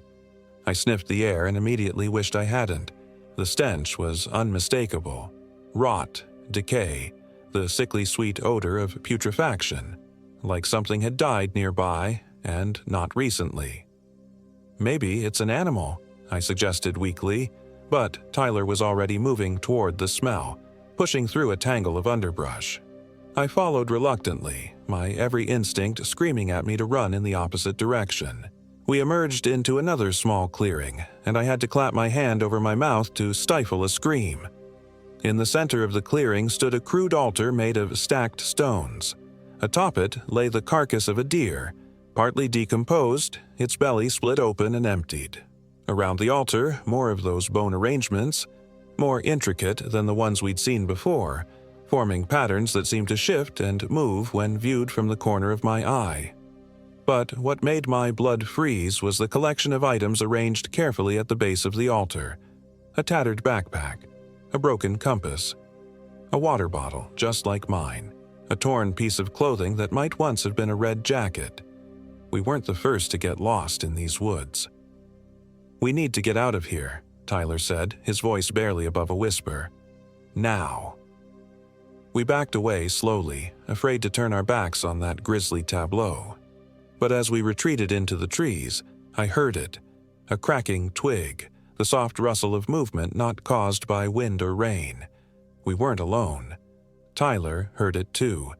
His hand found mine, squeezing painfully tight, and then we were running, crashing through the underbrush with no thought for direction or stealth, just desperate to put distance between ourselves and whatever lurked near that altar. We ran until our lungs burned and our legs threatened to give out, finally collapsing against the trunk of a massive pine. Rain poured down around us, turning the forest floor to mud that sucked at our boots. "What the fuck is happening?" I gasped between ragged breaths. Tyler shook his head, water streaming from his hair. "I don't know, but we can't stop. We need to keep moving." But as we staggered to our feet, a sound froze us in place. A long, ululating cry that echoed through the trees. Not quite human, not quite animal. A sound of hunger, of pursuit. And it was answered by another cry from a different direction. And then another. They were all around us. We ran again, blind panic driving us forward. The light was fading fast now, the storm turning afternoon to premature night. Every shadow seemed to move, every tree concealing some lurking threat. The cries continued, sometimes closer, sometimes farther, but always present, always hunting. Night fell completely, and with it came a darkness so profound I could barely see my hand in front of my face. Tyler had a small flashlight, its beam pathetically inadequate against the vast blackness of the forest. We stumbled on, clinging to each other, both of us knowing that to stop was to die, and then the flashlight caught something ahead, a structure, man-made, jutting from the forest floor. As we drew closer, I realized it was a cabin, small and weathered, its windows dark and empty as eye sockets. "Should we?" I whispered, eyeing the cabin warily. Another of those inhuman cries sounded behind us, closer now, and Tyler made the decision for both of us. We don't have a choice. The cabin door creaked open at Tyler's touch, revealing a single room thick with dust and cobwebs.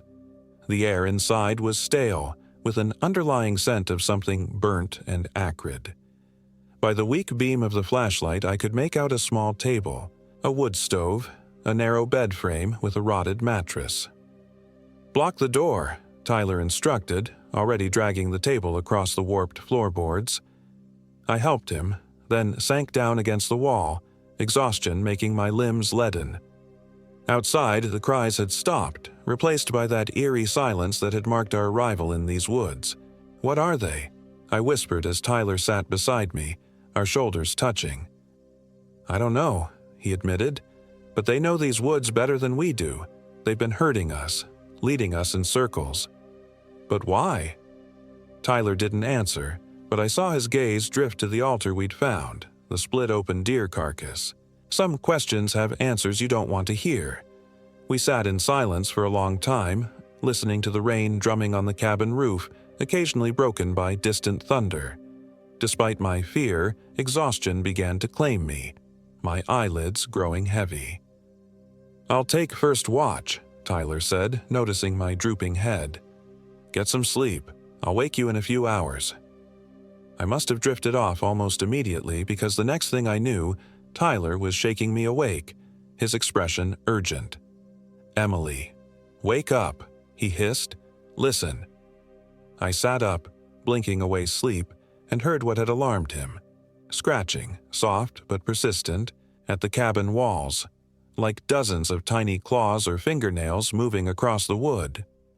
"What is that?" I breathed, pressing closer to Tyler. Before he could answer, the scratching stopped. In its place came a voice, soft, sing-song, almost childlike, speaking from just outside the cabin wall. "Tyler," it called, in a perfect imitation of my voice. "Tyler, come outside. I found the way out." I felt the blood drain from my face. Tyler's arm tightened around me. "Don't make a sound," he whispered against my ear.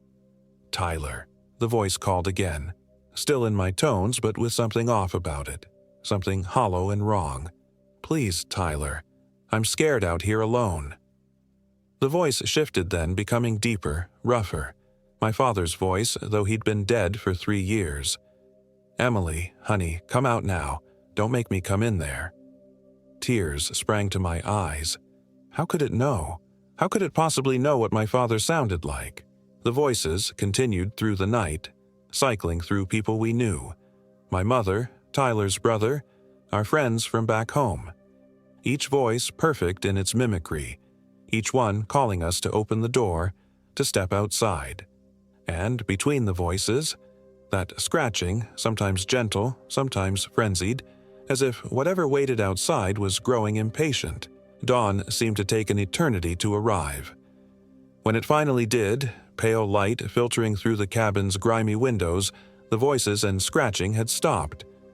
We sat in silence, listening intently, but the forest was quiet once more. "We need to move," Tyler said finally. "They seem to hunt mainly at night. If we keep moving during the day, maybe we can find our way out before nightfall." It was a desperate plan, but it was all we had. We cautiously opened the cabin door, half expecting to find something waiting, but there was only the wet, silent forest. As we stepped outside, I noticed something that made my heart stutter. Marks on the cabin walls, hundreds of them, gouged deep into the wood. Not random scratches, but symbols, crude but deliberate, arranged in spiraling patterns that drew the eye in dizzying circles. Tyler saw them too, his face hardening. "Don't look at them," he said, pulling me away. "We need to go." We set off once more, the forest somber and dripping after the night's rain. I tried to focus on placing one foot in front of the other, ignoring the growing emptiness in my stomach, the dryness of my mouth. We'd finished our last protein bar during the night, and our single water bottle was nearly empty. But worse than the hunger and thirst was the growing certainty that we were being watched, followed. Every time I glanced back, I expected to see something moving between the trees, just at the edge of vision. Sometimes I thought I did. A flicker of movement, a shadow where no shadow should be. Around midday, we stumbled upon a stream, its water clear and cold. Tyler used our bottle to scoop up water, both of us too desperate to worry about parasites or bacteria. We should follow it, Tyler decided. Water always leads to civilization eventually. It seemed as good a plan as any. The stream provided a clear path through the otherwise impenetrable forest, and the rushing water masked the sounds of our passage, and perhaps the sounds of whatever might be following us. As we picked our way along the rocky bank, I noticed Tyler's increasing agitation. He kept looking over his shoulder, his hand straying to the pocket where he kept his knife. "What's wrong?" I asked, though I already knew the answer. "Nothing," he said too quickly. Then, after a moment, "Do you ever feel like something's walking right behind you? So close you should feel its breath on your neck?" I shivered because yes, I'd been feeling exactly that. A presence, always just behind me, just out of sight. "It's just nerves," I said, not believing it for a second. "We're exhausted and scared."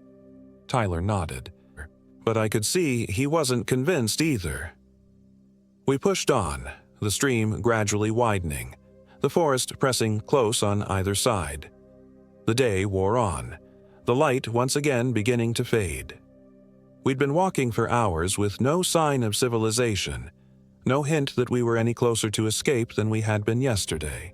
And then the stream turned sharply and we found ourselves facing a small pond, its surface black and still as glass. On the far shore stood a figure. We both froze, my heart leaping into my throat. After days of feeling watched, of hearing inhuman cries in the night, here at last was tangible proof that we weren't alone. The figure was tall and thin, unnaturally so, like a tree that had grown wrong. It stood perfectly still, facing us across the water. I couldn't make out any details at this distance, just a silhouette, darker than the surrounding forest. "Hello?" Tyler called, his voice cracking slightly. "We're lost. Can you help us?" The figure didn't respond, didn't move, just stood there, watching. "Maybe it's a hiker," I whispered, though I knew no hiker would stand so still, would fail to respond to a call for help. "We should go around the pond," Tyler decided. "Keep our distance." We began to skirt the edge of the pond, moving slowly, keeping our eyes on the motionless figure. But as we moved, so did it, keeping pace with us on the opposite shore, always directly across from us, always watching. "It's hurting us again," Tyler muttered, and I knew he was right. We were being guided, manipulated by forces we didn't understand. Darkness was falling fast now, another storm rolling in, bringing with it that preternatural blackness. The figure across the pond was becoming harder to see, blending with the shadows of the trees. And then it was gone. One moment it was there, the next, nothing. "Where did it go?" I whispered, scanning the tree line frantically. Tyler didn't answer, his face a mask of concentration as he surveyed our surroundings. "We need to find shelter. Now." We abandoned the pond, pushing back into the forest, searching desperately for anywhere we could barricade ourselves against the coming night. My legs were leaden, my mind foggy with hunger and fear. Every shadow seemed to move, every tree trunk potentially concealing that impossibly tall, thin figure. And then, miraculously, we found a path, narrow, overgrown, but undeniably man-made. We followed it, hope rekindling despite everything. The path wound through the trees, gradually sloping upward, and as we crested a small rise, we saw it. A fire tower, its metal framework rising above the tree line like a beacon. "Oh, thank God," I breathed, tears of relief springing to my eyes. "We can call for help." We stumbled toward the tower, our exhaustion momentarily forgotten. The structure was old but solid, a metal staircase spiraling up to a small cabin at the top, perhaps 60 feet off the ground. Tyler went first, the metal steps ringing beneath his boots. I followed, trying not to look down as we climbed higher, the wind whipping around us. The cabin at the top was locked, but Tyler managed to force the door open with a few well-placed kicks. Inside was a single room, dusty and abandoned but gloriously, undeniably human. A desk, a chair, an old radio setup that looked like it hadn't been used in decades. Windows on all four sides offered a commanding view of the surrounding forest, miles and miles of unbroken wilderness stretching to the horizon. "No wonder we couldn't find our way out," Tyler said, staring out at the seemingly endless expanse of trees. "We're in the middle of nowhere." I was frantically checking the radio, hoping against hope that it still worked, that we could call for rescue. But it was dead, the equipment ancient and corroded. "Damn it," I muttered, slumping into the chair. "Now what?" Tyler was still at the window, his expression oddly intent. "Emily, come look at this." I joined him, following his gaze out into the gathering darkness. At first, I saw nothing but trees and shadows. And then, at the edge of the clearing around the tower, I spotted them. Figures, perhaps a dozen, standing motionless among the trees. Tall, thin figures, like the one we'd seen at the pond. "They're watching us," Tyler whispered. "They've been watching us all along." As night fell completely, more appeared, emerging from the forest to form a ring around the tower. And with full darkness came those sounds again, those not quite human cries, rising and falling in patterns that made my skin crawl. "They can't climb the tower," Tyler said, more to reassure himself than me, I think. "We're safe up here for the night." But as we watched, one of the figures moved forward, entering the clearing. In the darkness, it was just a silhouette, impossibly tall and thin. It approached the base of the tower, and then, with a movement that seemed to defy anatomy, it began to climb. Not using the stairs, but the exterior framework of the tower, its limbs bending in ways that human limbs shouldn't bend. "Oh God," I breathed, backing away from the window. "Tyler."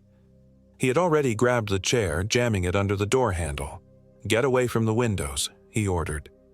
We huddled in the center of the small room, listening to the metallic clangs as something climbed the tower. The sounds grew closer, then stopped directly outside the cabin door. For a long moment, there was silence. Then the scratching began. That same soft, persistent scratching we'd heard at the cabin in the woods, like dozens of fingernails dragging across the metal door. And the voices started again, cycling through everyone we knew, calling to us, begging us to open the door. My father, Tyler's mother, friends from back home. Each voice perfect, each one hiding something terrible behind its familiar tones. We sat through the night, clinging to each other as those voices called to us as the scratching continued, sometimes gentle, sometimes frenzied. Occasionally, a shadow would pass across one of the windows, something tall and thin, peering in at us. By dawn, the voices had stopped. The scratching ceased. When we finally dared to look out the windows, the clearing around the tower was empty. Whatever had surrounded us during the night had retreated with the coming of day. "We need to get down while it's light," Tyler said, his voice hoarse. "Find water. Try to figure out which direction will lead us out of here." I nodded, too exhausted to argue, though the thought of descending to where those things had been made my skin crawl. We cautiously opened the door, half expecting to find something waiting on the narrow platform outside, but there was nothing. The climb down was tense, both of us constantly scanning the tree line for any sign of movement. But the forest was quiet, seemingly empty in the pale morning light. At the base of the tower, Tyler stopped suddenly, kneeling to examine something on the ground. "Look at this," he said, his voice tight. I looked where he was pointing and felt my blood turn to ice. There, in the soft earth around the tower, were footprints, hundreds of them, circling the structure. But they weren't human footprints. They were too long, too narrow, with too many toes. 7 on each foot, splayed wide like roots seeking purchase. "What made these?" I whispered, though I didn't really want to know. Tyler shook his head, his face grim. "I don't know, but they're everywhere. They've been all around us, all night." We found a small spring not far from the tower and refilled our water bottle. Tyler insisted we try to find high ground, reasoning that we might be able to spot a road or town from a vantage point. So we began to climb, following what might have once been a game trail up the steep slope of a ridge. The going was slow, the terrain rough and unforgiving. My hands were soon scraped raw from hauling myself up over boulders and fallen trees. The forest changed as we climbed higher, the massive pines giving way to smaller, twisted trees that grew at odd angles from the rocky soil. The air grew thinner, colder, mist wreathing the higher slopes. By midday, we'd reached what seemed to be the ridge's summit, a rocky outcrop that offered a panoramic view of the surrounding wilderness. And what a view it was! Miles upon miles of unbroken forest, green and vast and utterly empty of human habitation. "There," Tyler said suddenly, pointing to the southeast. "Do you see it?" I squinted, following his gesture, and saw what he'd spotted, a thin ribbon of gray cutting through the green. A road. "How far?" I asked, hope and dread mingling in my chest. Tyler considered, measuring the distance with his eyes. 10 miles, maybe 12. We could make it by tomorrow if we push hard. It seemed doable, especially with such a clear landmark to guide us. For the first time since we'd realized we were lost, I felt a flicker of genuine hope. We could make it out. We could survive this. We began our descent with renewed energy, Tyler leading the way down the ridge's far side toward that distant promise of civilization. The forest here was different. Younger, less dense, with patches of sunlight breaking through the canopy. But as the day wore on and we pushed deeper into these new woods, that sense of being watched returned. Stronger now, more immediate. Movement glimpsed from the corner of my eye. Shadows that seemed to detach themselves from trees only to vanish when I turned to look directly, and Tyler was changing. I'd noticed it gradually since that first night. Subtle shifts in his behavior, his manner. He spoke less, and when he did, his voice had a different cadence. His movements were different too, more fluid somehow, as if his joints worked differently now.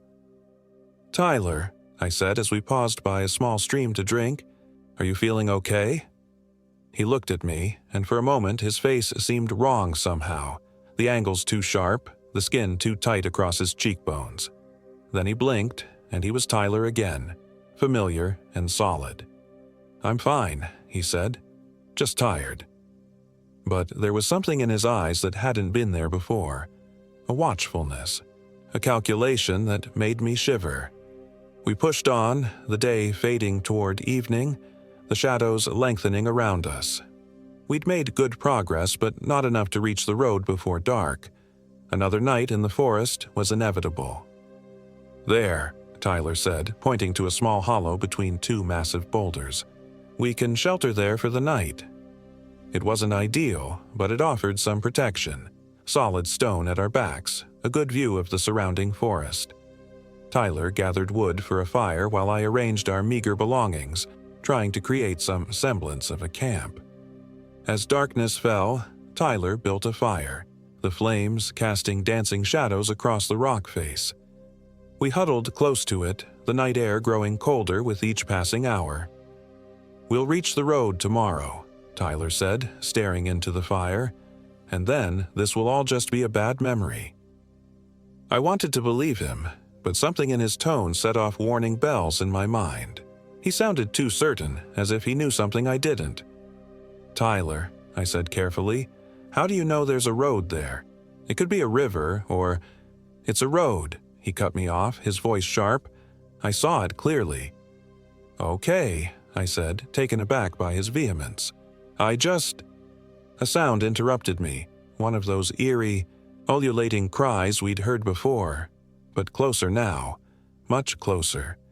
It echoed through the trees, sending a chill down my spine. Tyler didn't react. He just continued staring into the fire as if he hadn't heard it. "Tyler," I said, my voice rising with fear. "Did you hear that?"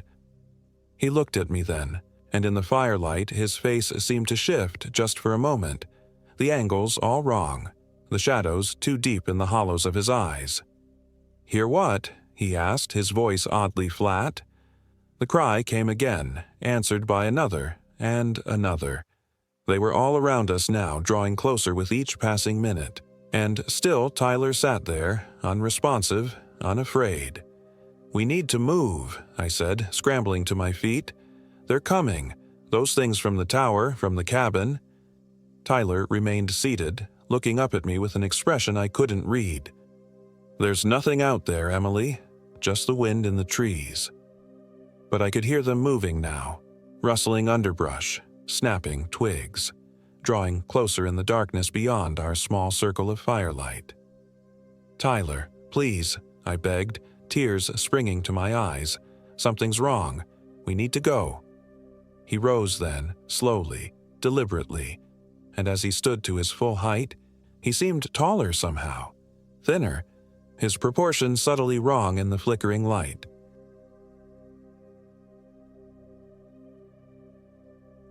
"My name is Michael Williams, and I am 34 years old.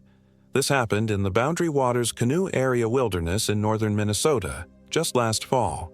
The crisp autumn air bit at my exposed skin as I adjusted my backpack straps. My girlfriend, Rachel Rogers, was a few paces ahead on the narrow trail, her auburn hair catching the dappled sunlight filtering through the canopy of ancient pines. The Boundary Waters had been Rachel's idea, a way to disconnect, to heal. We both needed it after what happened with her brother. Bear Island should be about 3 miles ahead, Rachel called back, consulting the wrinkled map. Though I swear we should have hit that landmark rock formation by now. I squinted at the sky, noticing how quickly the afternoon light was fading. Maybe we should set up camp early. These trails look different in the fall than what I remember. We'd met on a hiking forum 2 years ago. Rachel was an experienced outdoorswoman who'd grown up camping in the Superior National Forest with her family. I was a city boy from Minneapolis who'd only discovered the outdoors in my late 20s as a way to manage crippling anxiety. Our shared love of wilderness had brought us together, but this trip was about more than just enjoying nature. "You're right," Rachel conceded, dropping her pack beside a small clearing about 50 feet from the main trail. "This spot looks good." We worked in familiar harmony, setting up our 2-person tent, arranging our sleeping bags, and gathering firewood from the surrounding area. By the time darkness enveloped the forest, we had a modest fire crackling and were heating dehydrated beef stew over our portable camp stove. "Do you think we'll see any wildlife?" I asked, trying to keep my voice steady and casual. Rachel stirred the pot slowly. "Probably. Moose, definitely. Maybe wolves, though they usually keep their distance. And bears?" I felt the familiar constriction in my chest that preceded my panic attacks. Northern Minnesota was black bear territory. I'd researched extensively before our trip, but my anyctophobia, fear of darkness, combined with animal anxiety was a potent mixture. "Mike," Rachel reached across and squeezed my hand. "We've got the bear canister for our food. We're making noise. We're fine." Her touch steadied me. Rachel always knew when my anxiety was mounting. Her calm confidence was one of the reasons I'd fallen for her so hard and so fast. "How are you doing?" I asked carefully. "With everything, you know." Rachel's expression darkened. 6 months ago, her younger brother Thomas had disappeared during a solo hike in these very woods. 3 weeks of frantic searching by authorities had turned up nothing but his abandoned campsite and a single boot by the shore of Gabimichigami Lake. The official report listed him as presumed drowned, but without a body, Rachel couldn't accept it. She'd been having nightmares ever since. "I'm okay," she said, but the slight tremor in her voice betrayed her. "Being here, it's hard, but necessary. I need to feel close to him again." After dinner, we secured our food in the bear canister and suspended it from a tree branch about 200 feet from our campsite. As we walked back, I couldn't shake the feeling that we were being watched. I swept my flashlight across the darkness between the trees, its beam barely penetrating the thick undergrowth. "Did you hear that?" I stopped suddenly. Rachel paused. "Hear what?" I thought I heard whistling. We stood in silence, listening. The forest was alive with sounds, the rustling of leaves, distant owl calls, the soft gurgle of a stream somewhere to our east. But no whistling. "Just the wind," Rachel said, but she took my hand as we walked back to the tent.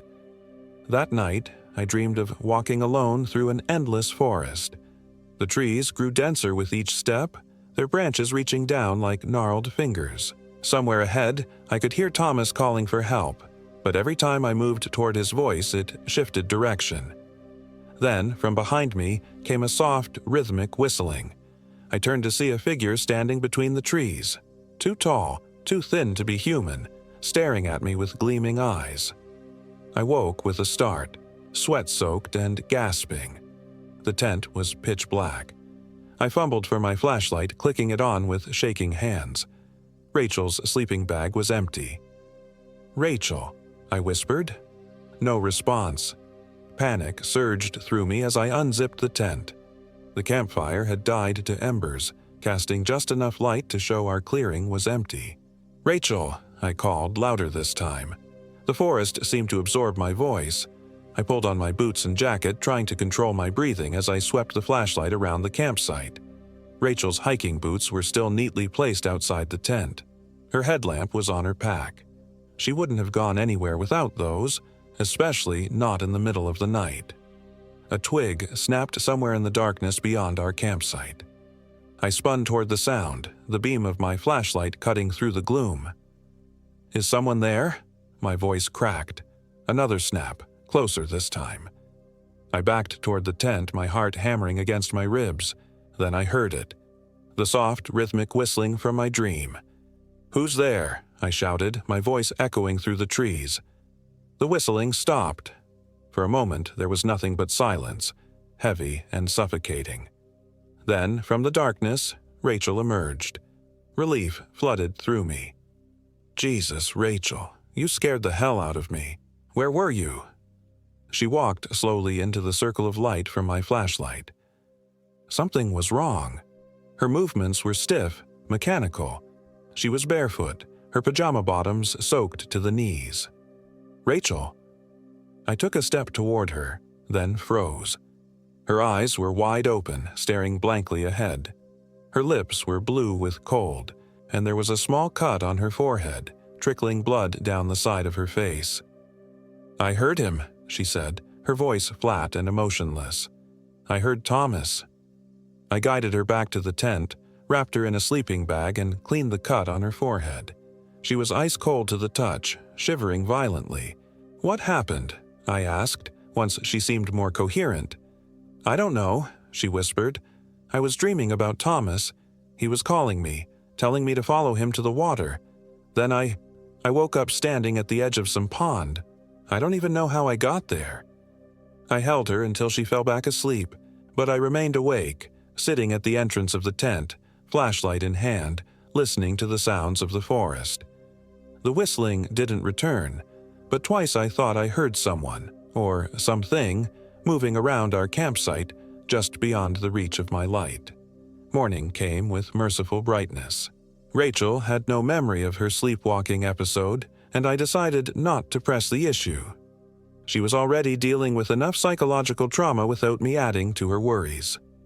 We broke camp after a quick breakfast of instant oatmeal and coffee. As I was packing up the tent, I noticed something strange. A series of symbols carved into the bark of a birch tree at the edge of our clearing. They looked freshly made, the exposed wood still pale against the white bark. "Rachel, did you see these yesterday?" I called. She came over, frowning at the markings. "No. What are they?" The symbols were crude but deliberate, a series of lines and circles that formed no pattern I recognized. But the most disturbing thing was a rough carving that looked like two stick figures. One was normal proportioned. The other was impossibly tall and thin. "Probably just some previous campers messing around," I said, trying to sound more confident than I felt. Rachel traced the carvings with her fingertips. "These are fresh, Mike. The sap is still sticky." We exchanged a look. Neither of us wanted to acknowledge what that might mean. "Let's get moving," she said finally. "I want to reach Bear Island by noon." The morning hike was uneventful, though I couldn't shake my unease. The forest seemed different somehow, the silence between bird calls stretching longer than normal. Twice I thought I saw movement in the trees that flank the trail, but when I turned to look directly, there was nothing there. Around mid-morning, we reached a fork in the trail that wasn't marked on our map. "That's weird," Rachel said, comparing the map to our GPS. "According to this, we should just keep straight. But there's definitely a trail branching off here." The unmarked path was narrower, less worn than the main trail, but it headed in the direction we wanted to go. After a brief discussion, we decided to follow it as it seemed to be a more direct route to Bear Island. That decision would change everything. The trail quickly became more overgrown, forcing us to push through dense underbrush in places. The trees closed in overhead, blocking much of the sunlight. Despite the cooler temperature, I was sweating profusely, drinking more water than I should have been. "Mike, look." Rachel had stopped ahead of me, pointing to something off the trail. About 30 feet away, partially hidden by a fallen log, was a backpack, weathered and dirty but unmistakably modern. Rachel was already moving toward it before I could stop her. "Wait," I called, hurrying after her. It could be anything." She ignored me, scrambling over the log and dropping to her knees beside the pack. With trembling hands, she turned it over, revealing a small name tag attached to the strap. "Oh my God," she whispered. I didn't need to see the name to know. The look on Rachel's face said everything. It was Thomas's pack. Rachel tore at the zippers, emptying the contents onto the forest floor. A water bottle, a weathered journal, energy bars turned to stone, a first aid kit, a headlamp with corroded batteries. "This doesn't make sense," she said, her voice rising with hysteria. "They searched this area. They had dogs, helicopters. How did they miss this?" I picked up the journal. The cover was warped from exposure to the elements, but the pages inside were still legible. The last entry was dated the day Thomas disappeared. "Something's following me. I keep hearing whistling in the trees. Last night I swear someone, or something, was standing outside my tent for hours, just watching. I'm heading to Bear Island today. Hopefully I'll find other hikers there. If anyone finds this and I'm not around, tell Rachel I'm sorry." I closed the journal, not wanting Rachel to see it, but she snatched it from my hands. "Mike, we have to find him," she said after reading the entry, her eyes wild with a mixture of hope and fear. "He could still be alive out here." "Rachel, it's been 6 months," I said gently. "And this pack, it's been exposed to the elements all that time. If he was still in these woods, they would have found him." "Unless something's keeping him hidden," she whispered, clutching the journal to her chest. I didn't know how to respond to that. The rational part of my brain knew that Thomas was gone, either drowned as the official report stated, or lost in the vast wilderness and long dead. But another part, the part that had heard the whistling last night and seen the fresh carvings on the tree, wasn't so sure. "We'll report this when we get back to civilization," I said finally. "But right now, we need to focus on getting to Bear Island before dark." Rachel carefully repacked Thomas's belongings and insisted on carrying his backpack along with her own. I didn't argue. She needed this tangible connection to her brother. As we continued down the trail, the forest grew darker and more oppressive. The air felt thick, almost gelatinous, filling my lungs with each labored breath. My anxiety medication was in my pack, but I resisted the urge to take it. I needed to stay alert. Around mid-afternoon, we emerged from the dense forest into a small clearing dominated by an enormous white pine. At its base was a crude shelter made of branches and pine boughs. "Someone's been living out here," I said, approaching the shelter cautiously. The interior was just large enough for a person to lie down.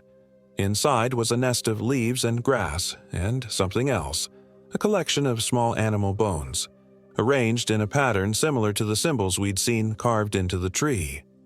Rachel knelt by the shelter, touching the branch framework. "This is recent construction, a few weeks old at most." "Hunters, maybe," I suggested, though I knew it wasn't hunting season yet. "In the boundary waters, with a shelter instead of a tent?" Rachel shook her head. "No hunter would bother with this." We documented the location on our GPS and continued hiking, but the discovery had unsettled us both. Who would build such a primitive shelter in a wilderness area known for its harsh conditions? And what was the significance of those bone arrangements? As the afternoon waned, the sky darkened with approaching rain clouds. We needed to find a suitable campsite soon, but we were still at least 2 miles from Bear Island according to our map. The unmarked trail had become increasingly difficult to follow, sometimes disappearing altogether before reappearing yards away. "We should go back to the main trail," I suggested as fat raindrops began to fall through the canopy. "We can't," Rachel replied, a note of panic in her voice. "We're closer to Bear Island than to where we started. We just need to push through." The rain intensified quickly, soaking through our jackets despite the tree cover. Water streamed down my face, getting into my eyes and making it hard to see where I was placing my feet. The trail turned muddy, each step becoming treacherous. "Rachel, wait!" I called as she pushed ahead recklessly. "We need to be careful." Her scream cut through the sound of the rain. I watched in horror as she suddenly disappeared from view, the ground seemingly swallowing her whole. "Rachel!"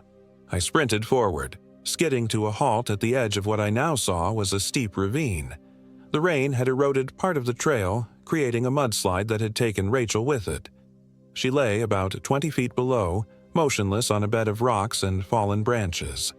I scrambled down the muddy slope, sliding most of the way, my heart in my throat. "Rachel! Rachel, can you hear me?"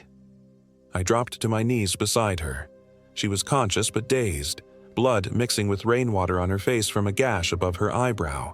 Her right leg was bent at an unnatural angle below the knee. "My leg," she groaned. "I think it's broken."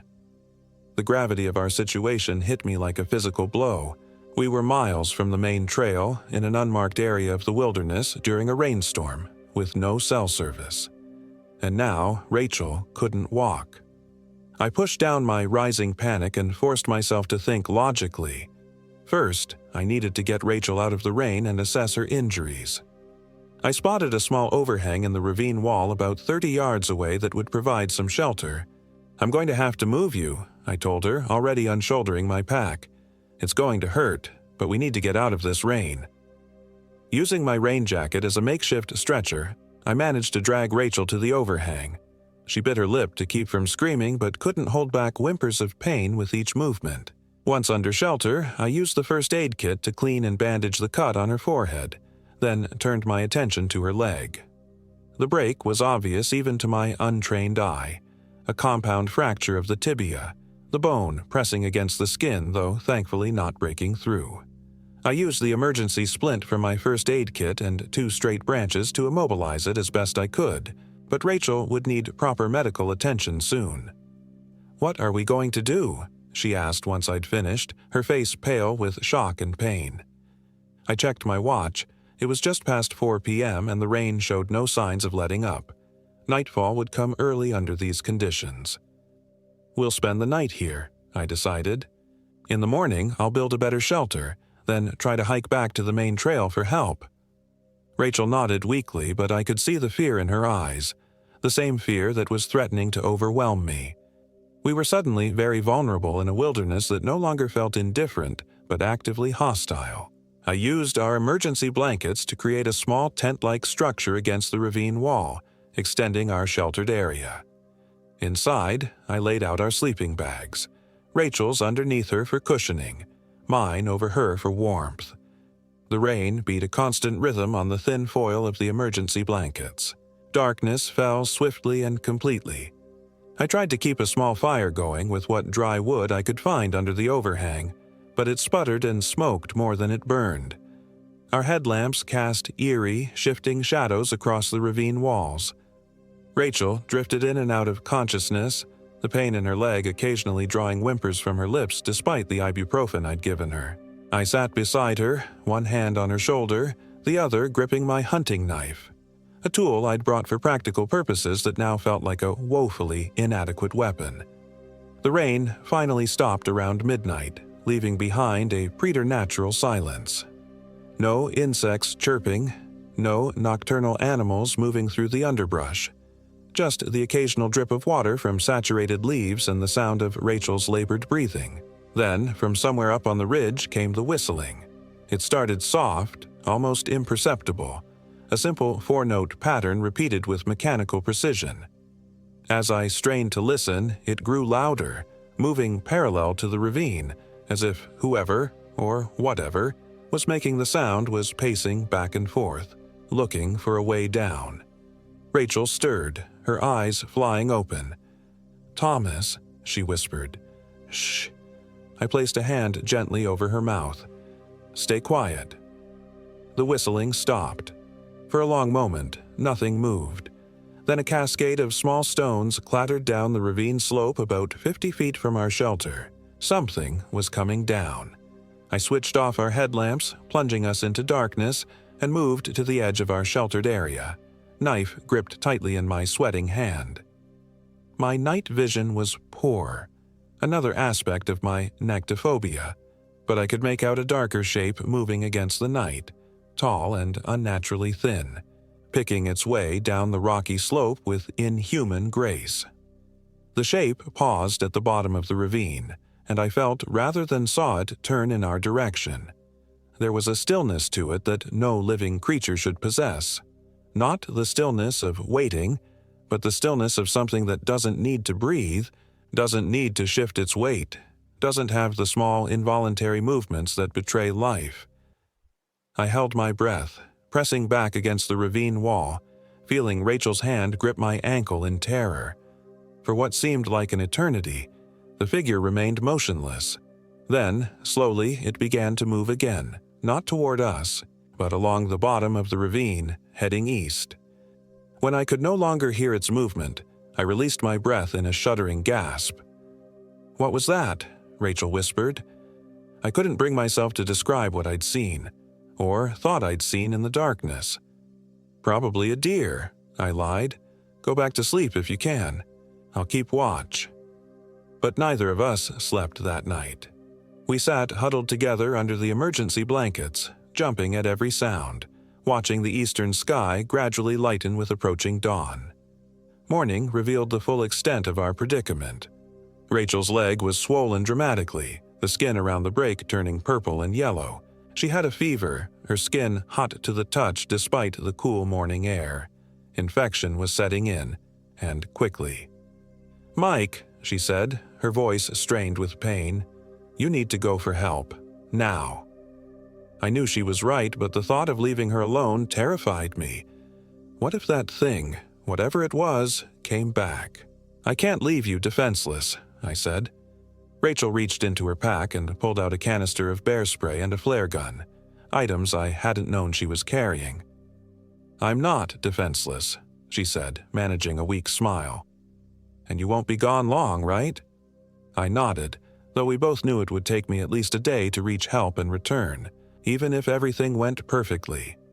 I packed a small day bag with water, energy bars, my first aid kit, and my knife. I left Rachel with both headlamps, the flare gun, the bear spray, and as much food and water as I could spare. "If anything happens," I told her, crouching by her side, "anything at all, fire a flare. I'll come running back." She grabbed my hand. "Be careful, Mike, please." I kissed her, trying to pour all my love and reassurance into that one gesture. I'll be back with help before you know it. Climbing out of the ravine was harder than I'd anticipated. The rain had left the slopes slick with mud, and twice I lost my footing and slid several feet before catching myself on exposed roots. By the time I reached the trail above, my clothes were caked with mud, and fresh scratches stung on my hands and forearms. I had a decision to make: continue towards Bear Island in hopes of finding other hikers, or head back the way we'd come to the main trail. After a moment's consideration, I chose the latter. The unmarked path had proven treacherous, and I couldn't risk another injury. The forest seemed different in the morning light, less threatening, more navigable. I made good time, recognizing landmarks from the previous day. Around mid-morning, I reached the strange shelter we'd discovered. I was about to pass it by when something caught my eye, a flash of color that hadn't been there before. Approaching cautiously, I saw that someone had been here since yesterday. The bone arrangement inside the shelter had been disturbed, and in its place was a torn piece of red fabric. With a jolt of recognition, I realized it was from Rachel's jacket, a jacket she'd been wearing when we found this place. Cold fear trickled down my spine. How was this possible? Rachel had been with me the entire time since we'd found this shelter, and now she was immobilized in the ravine. How could a piece of her clothing be here? Unless she hadn't been with me the entire time.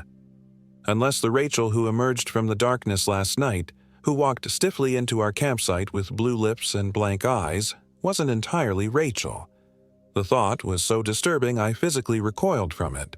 I was letting the stress and fear get to me, creating impossible scenarios rather than focusing on the task at hand, getting help for Rachel.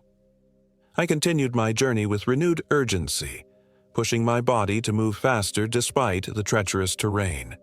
By early afternoon, I reached the fork where the unmarked trail split from the main path.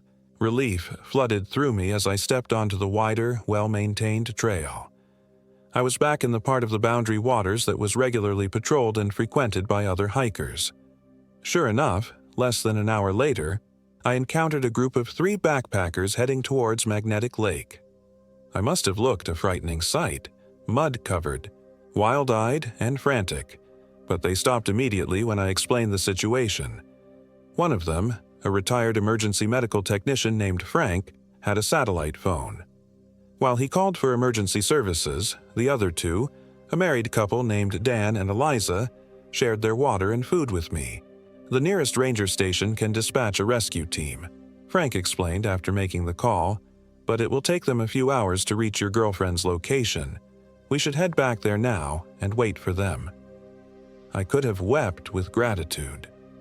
The 3 strangers gathered essential supplies and accompanied me back toward the unmarked trail. Frank continued trying to reach the ranger station as we walked, providing updates on our location. It was late afternoon by the time we approached the fork in the trail. The sun was already lowering, casting long shadows through the trees. As we turned onto the unmarked path, a red streak suddenly shot into the sky from the direction of the ravine. A flare. Rachel was in trouble. I broke into a run, the others following close behind. My exhausted legs protested, but adrenaline pushed me forward. The flare meant Rachel was conscious and able to use the flare gun, which was good, but it also meant she felt threatened enough to signal for help. We were about a mile from the ravine when the second flare went up.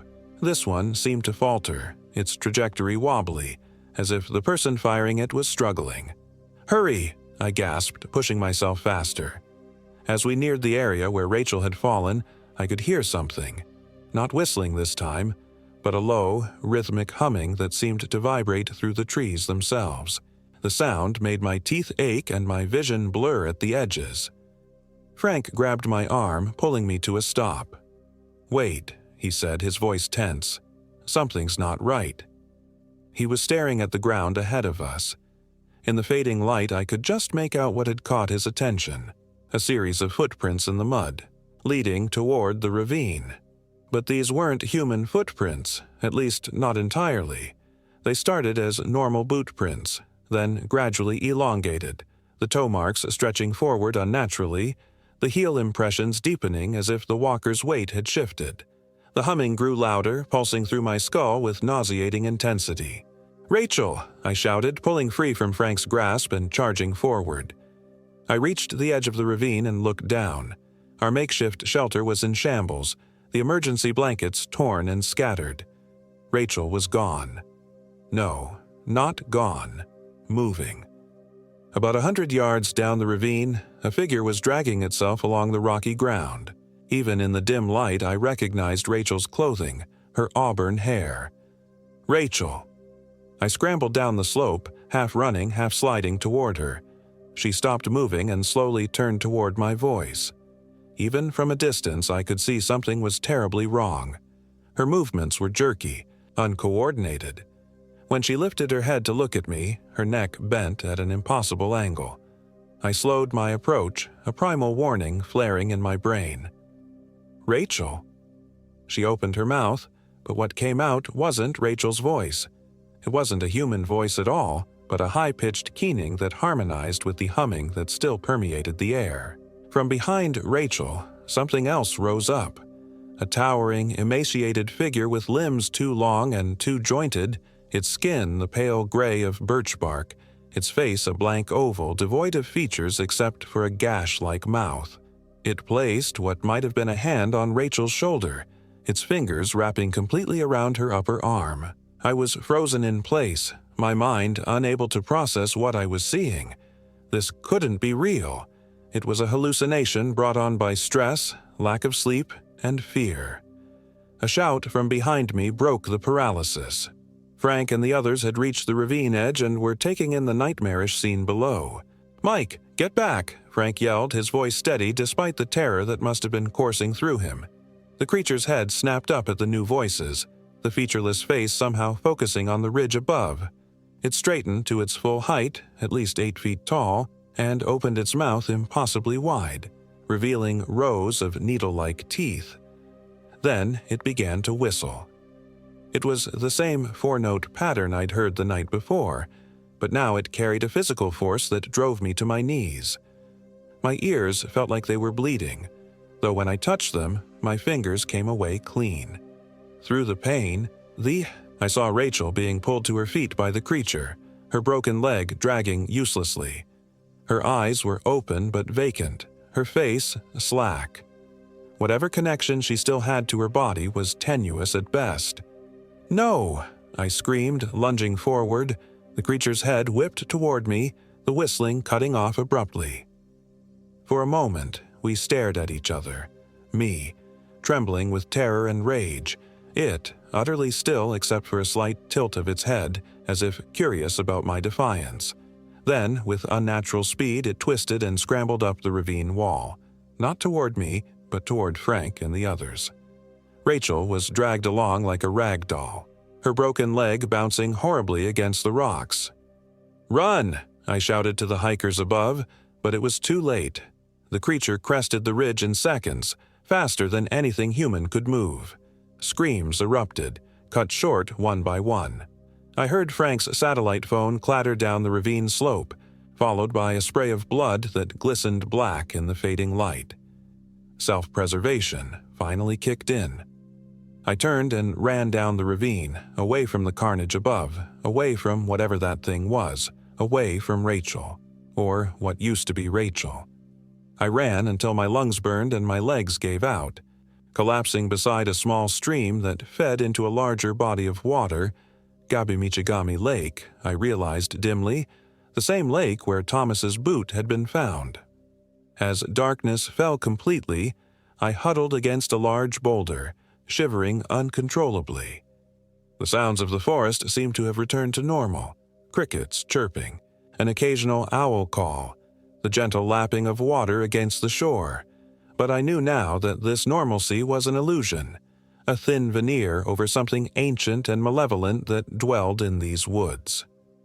I don't know when I fell asleep, but I dreamed of Rachel and Thomas walking hand in hand into the depths of Gabi-Michigami Lake, their movements stiff and puppet-like, while a tall figure stood on the shore, whistling its four-note song.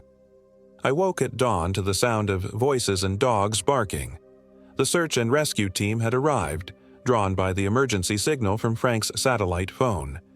I was found huddled by the lake, dehydrated and hypothermic, babbling about whistling and creatures in the woods. They never found Rachel or the three hikers. The official report listed them as missing, presumed drowned in Gabi-Michigami Lake after an accident in the ravine. Exposure and trauma explained my delusions, according to the park rangers and the psychologist they had me speak with afterward. But I know what I saw. I know what walks in the boundary waters when darkness falls, and I know why hikers sometimes go missing without a trace, leaving behind only scattered possessions and unanswered questions. I live in Duluth now, as far from the boundary waters as I can get while still being able to watch the forests. Because sometimes, on very still nights, I hear whistling, a simple four-note pattern that makes my blood run cold and my scars ache. And I know it's getting closer.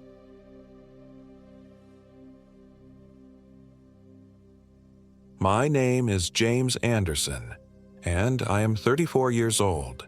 This happened in the Boundary Waters Canoe Area Wilderness in northern Minnesota just last summer. I still wake up screaming most nights. The trip was supposed to be a chance to clear my head after my divorce. 6 months of legal battles, splitting assets, and watching 10 years of marriage dissolve had left me hollow. My therapist suggested grounding activities to help process the grief. As a kid, I'd gone camping with my dad in the Boundary Waters, and those memories remained untainted by adult complications. So I requested time off from my job as a software developer, packed my gear, and headed north. I'd chosen late September deliberately. Tourist season was winding down, and I wanted solitude. The leaves were just beginning to turn, painting the landscape in brilliant reds and golds that reminded me there was still beauty in the world. My plan was simple: a 7-day solo trek through the wilderness, moving between campsites along the network of lakes and portage trails that crisscross the region.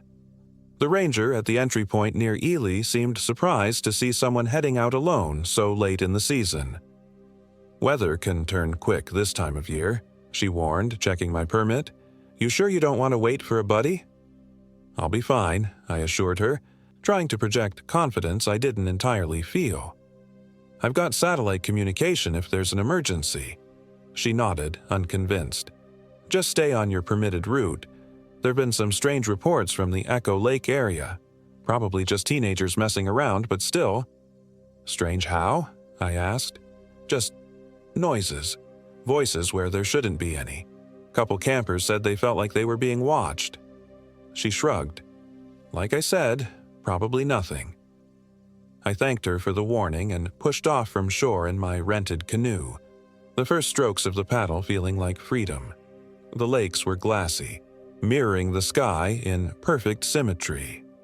For the first time in months, the constant chatter in my brain, lawyers, custody arrangements for our dog, dividing finances, faded to background noise.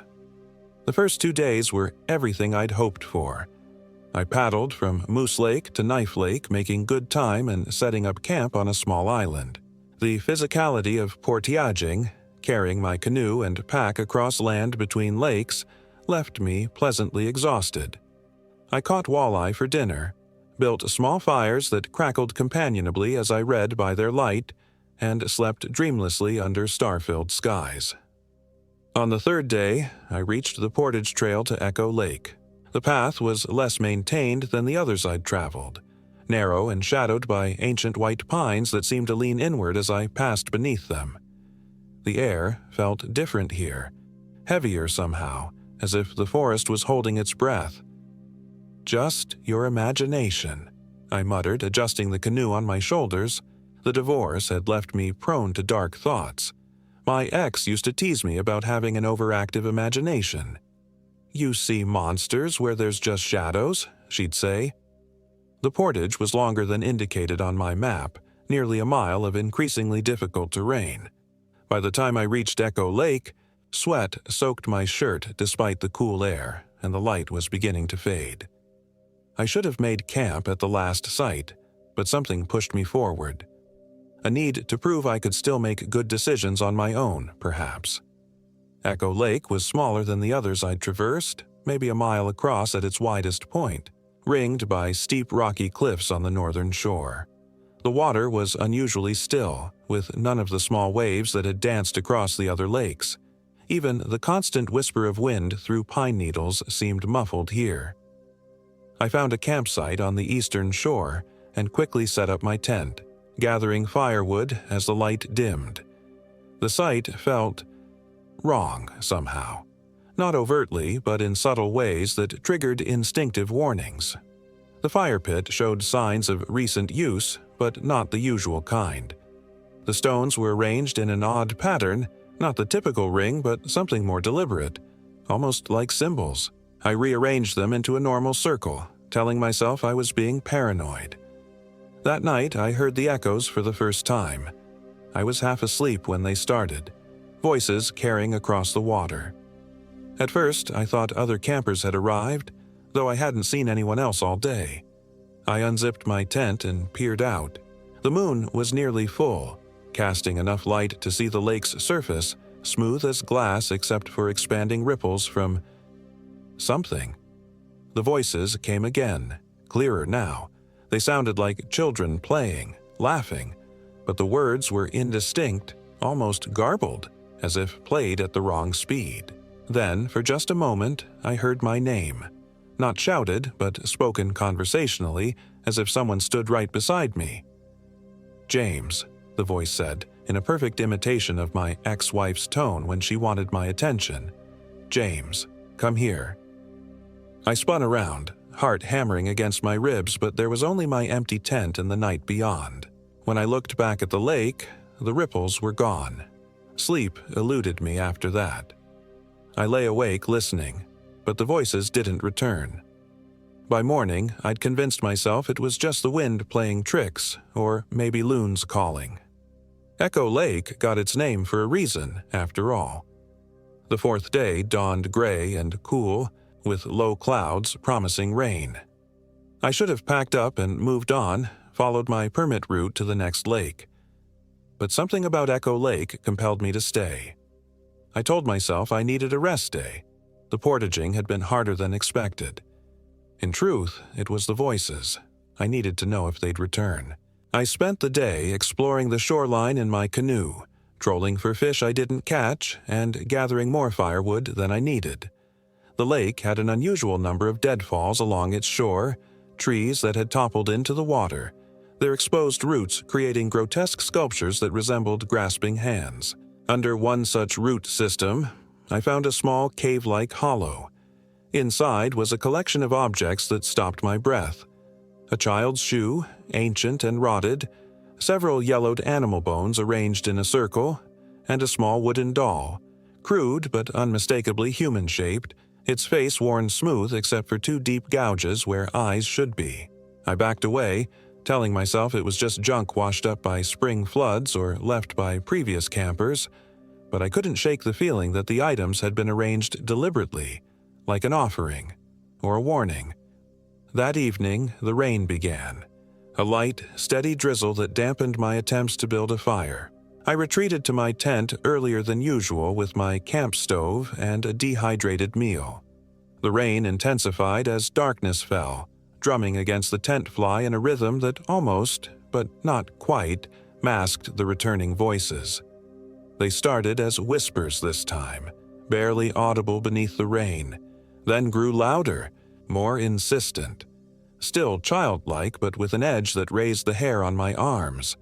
I couldn't make out words, just a sing-song quality that felt mockingly familiar, like a schoolyard taunt just beyond comprehension. "Hello," I called out, immediately feeling foolish. "Is someone there?" The voices stopped abruptly. For 10 heartbeats, there was only the sound of rain. Then, from directly outside my tent, close enough that I should have seen a shadow against the fabric, came a response. "We're here, James. We've always been here." The voice was young but wrong somehow, like an adult trying to sound like a child, or multiple voices speaking in perfect unison. I fumbled for my flashlight, hands shaking so badly I dropped it twice before getting a grip. When I finally aimed the beam through the tent mesh, there was nothing outside but rain and darkness. Sleep was impossible. I sat with my back to the center tent pole, knife in one hand, flashlight in the other, until dawn lightened the sky. The rain stopped sometime in the early morning hours, and with it, the voices. By first light, I had convinced myself I was experiencing some kind of stress reaction, auditory hallucinations brought on by divorce, trauma, and isolation. The rational explanation helped calm my frayed nerves. I decided to leave Echo Lake and continue my journey, get back on schedule. I packed quickly, eager to be gone before the voices could return. As I was collapsing my tent, something caught my eye at the lake's edge. Footprints in the mud, small, like a child's, leading from the water to my campsite. They stopped just outside where my tent had been.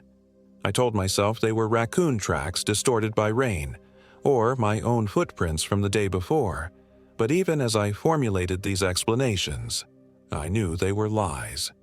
The prints were fresh, the impressions sharp in the soft mud, and they only went one way, from the lake to my tent. There were no return tracks. My hands moved faster, stuffing gear haphazardly into my pack. I needed to be on the water, away from this place. As I dragged my canoe to the shore, movement on the far side of the lake caught my attention. A figure stood at the edge of the tree line. Small, possibly a child, though it was hard to be certain at that distance. It remained perfectly still, watching me. I raised my hand in greeting, relief flooding through me at the presence of another human. The figure didn't respond. Then, as I watched, it took a step backward and seemed to melt into the trees. There, one moment, gone the next. Unease replaced relief. There was something wrong about the figure, its stillness, the way it moved. I pushed off from shore, paddling hard toward the portage trail that would take me to the next lake. My planned route would keep me on Echo Lake longer, following its shoreline north before cutting west, but I couldn't bear to stay on these waters another hour. The portage trail I chose wasn't on my map. It was narrower than the others, barely visible in places, but it led away from Echo Lake, and that was all that mattered. The ground was soft from the rain, making the trek with canoe and pack even more difficult. Twice I lost the trail completely and had to backtrack. The forest seemed denser here, the trees growing closer together, their branches forming a canopy that blocked most of the daylight. After what seemed like hours, I emerged at another lake, smaller than Echo, with steep, rocky shores that offered few landing spots. According to my map, this had to be Whispering Lake, though it wasn't on my permitted route. I'd have to portage again to rejoin my original path, but that was a problem for tomorrow. For now, I just needed to find a campsite before darkness fell. I paddled along the shoreline, searching for a suitable spot. The options were limited. The forest grew almost to the water's edge in most places. Finally, I found a small clearing on the eastern shore with just enough flat ground for my tent. It wasn't an official site, but I was beyond caring about regulations. As I unloaded my gear, exhaustion hit me like a physical blow. I'd been running on adrenaline and fear all day, and my body was demanding rest. I managed to set up my tent and secure my food bag before collapsing onto my sleeping pad, still fully clothed. I dreamed of children playing in dark water, their faces pale blurs beneath the surface. They called my name, voices bubbling through the liquid between us. In the dream, I knew I should be afraid, but instead felt a strange longing to join them, to sink beneath the water and finally rest. A hand reached up, small fingers stretching toward mine. I woke, gasping, shirt soaked with sweat despite the cool air. Night had fallen completely, and for a moment I was disoriented. Then I registered what had awakened me. Voices, not from my dream, but from outside my tent. The same childlike chorus I'd heard at Echo Lake, but closer now, more distinct. "He's awake," they said, and giggled, a sound like water rushing over stones. "Who's there?" I called, my voice cracking. "This isn't funny." "It's not meant to be funny, James," came the reply in that same unison that wasn't quite human. "It's meant to be forever." Something scraped against my tent, a soft, sliding touch that traced the outline of my body through the fabric. I scrambled away, heart pounding so hard I could barely breathe. "What do you want?" I managed to ask. "Company," they answered simply. "It's lonely here." The zipper of my tent began to move, sliding upward inch by inch, though no hand was visible pulling it. I lunged forward, grabbing the zipper tab and yanking it back down. Outside, the voices laughed again. "You can't keep us out, James. We're already inside you." A chill that had nothing to do with the night air swept through me. Because they were right. I could feel it now, a presence in my mind that hadn't been there before, foreign thoughts brushing against my own, like fingers testing the texture of my consciousness. I fumbled for my headlamp and knife, desperate for light and some means of defense. When the beam cut through the darkness, I saw them. Small handprints on the tent wall, visible as shadows against the fabric. Dozens of them at different heights, pressing inward. "Stop!" I shouted, slashing wildly at the tent wall. The knife cut through the nylon with a sound like sighing. Cold air rushed in, but the handprints vanished. Outside, the voices whispered, "Not yet, not yet, but soon." I didn't sleep again that night. I sat in the ruins of my tent, knife in hand, headlamp illuminating the small circle of safety around me until its batteries began to fade. By the time dawn broke, I was shivering uncontrollably, as much from fear as from the cold. In daylight, my campsite seemed benign, just a clearing in the woods beside a lake. There were no footprints in the soft earth around my tent, no evidence of visitors in the night. Only my slashed tent wall proved something had happened. I needed to get back to civilization. Abandoning any pretense of following my permitted route, I studied my map for the quickest way out. If I portaged north from Whispering Lake, I could reach a Forest Service road in about 2 days. From there, I might be able to hitch a ride back to Ely. I packed quickly, patching my tent with duct tape just enough to make it usable if I needed it again. As I worked, I felt watched, though the shoreline and forest appeared empty whenever I looked up. The feeling of presence in my mind remained, faint but persistent, like an itch I couldn't scratch. The portage north was brutal. The trail climbed steeply, crossing ridges and boulder fields that required careful navigation with my heavy pack and awkward canoe. By midday, I was soaked with sweat despite the cool temperature. Worse, I began to doubt my direction. The trail forked repeatedly with no blazes to mark the correct path.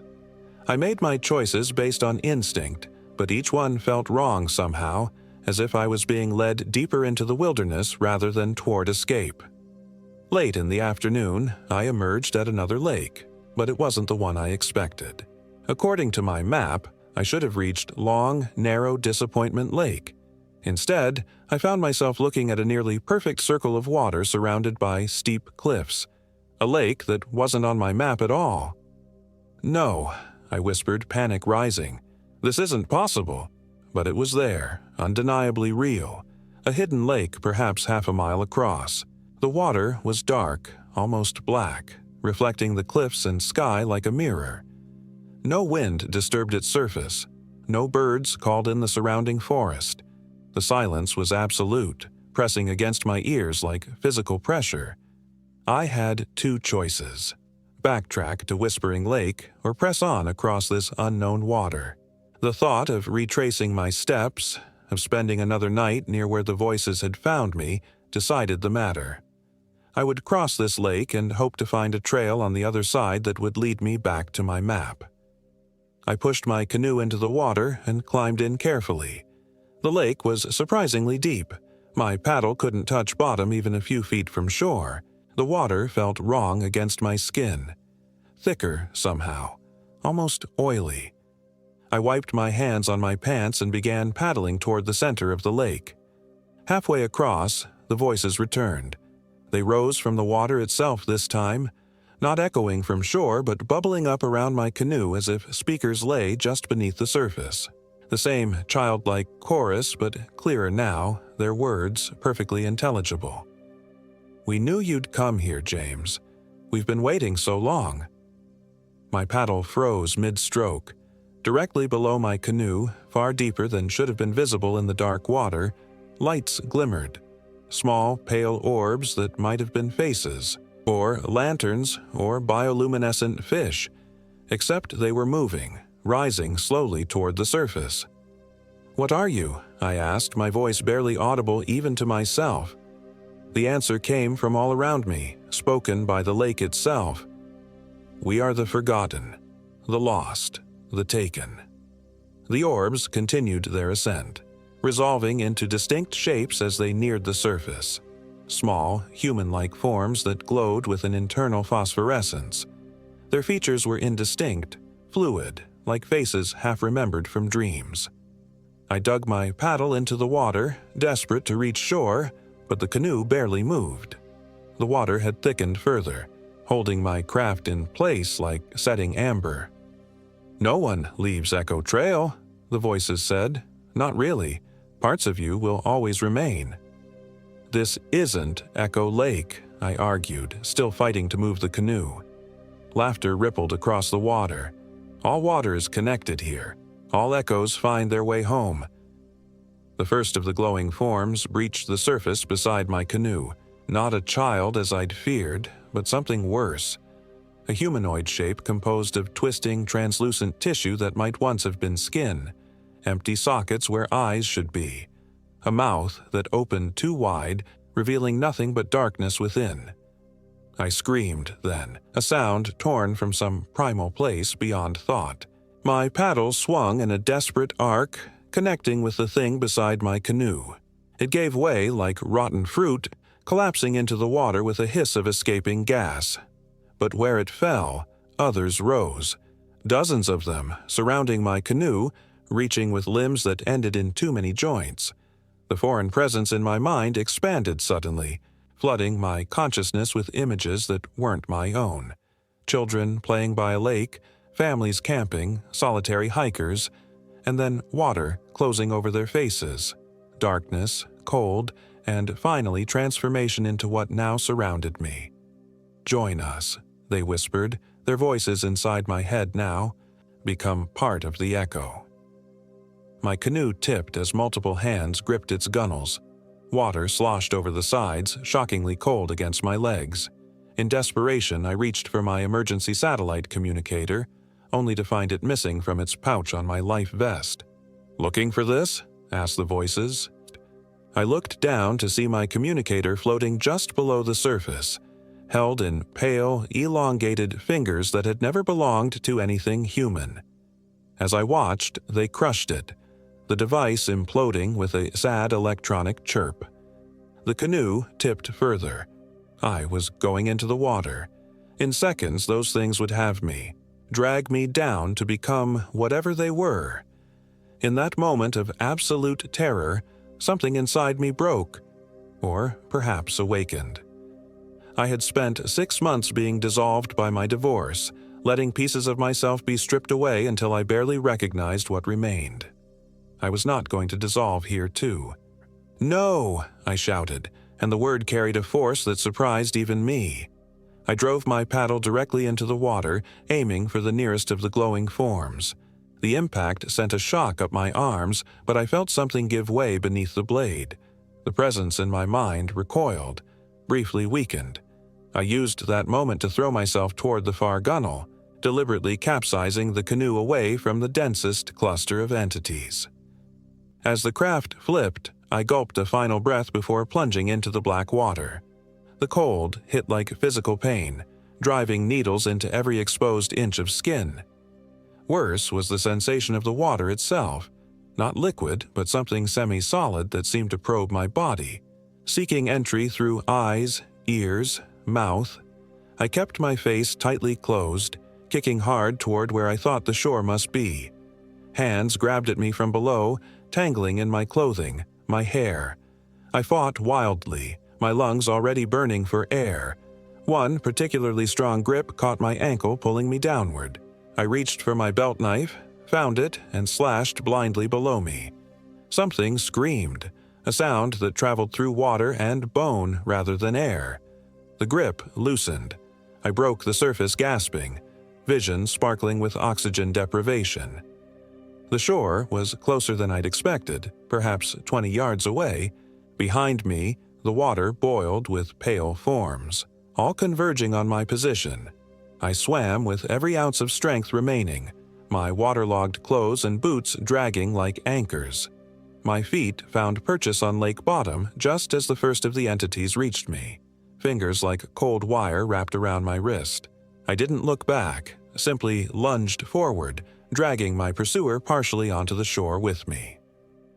In the last light of sunset, I finally saw it clearly, the thing that had once been human, its body translucent and swollen from long immersion, face a melted mask with only the suggestion of features.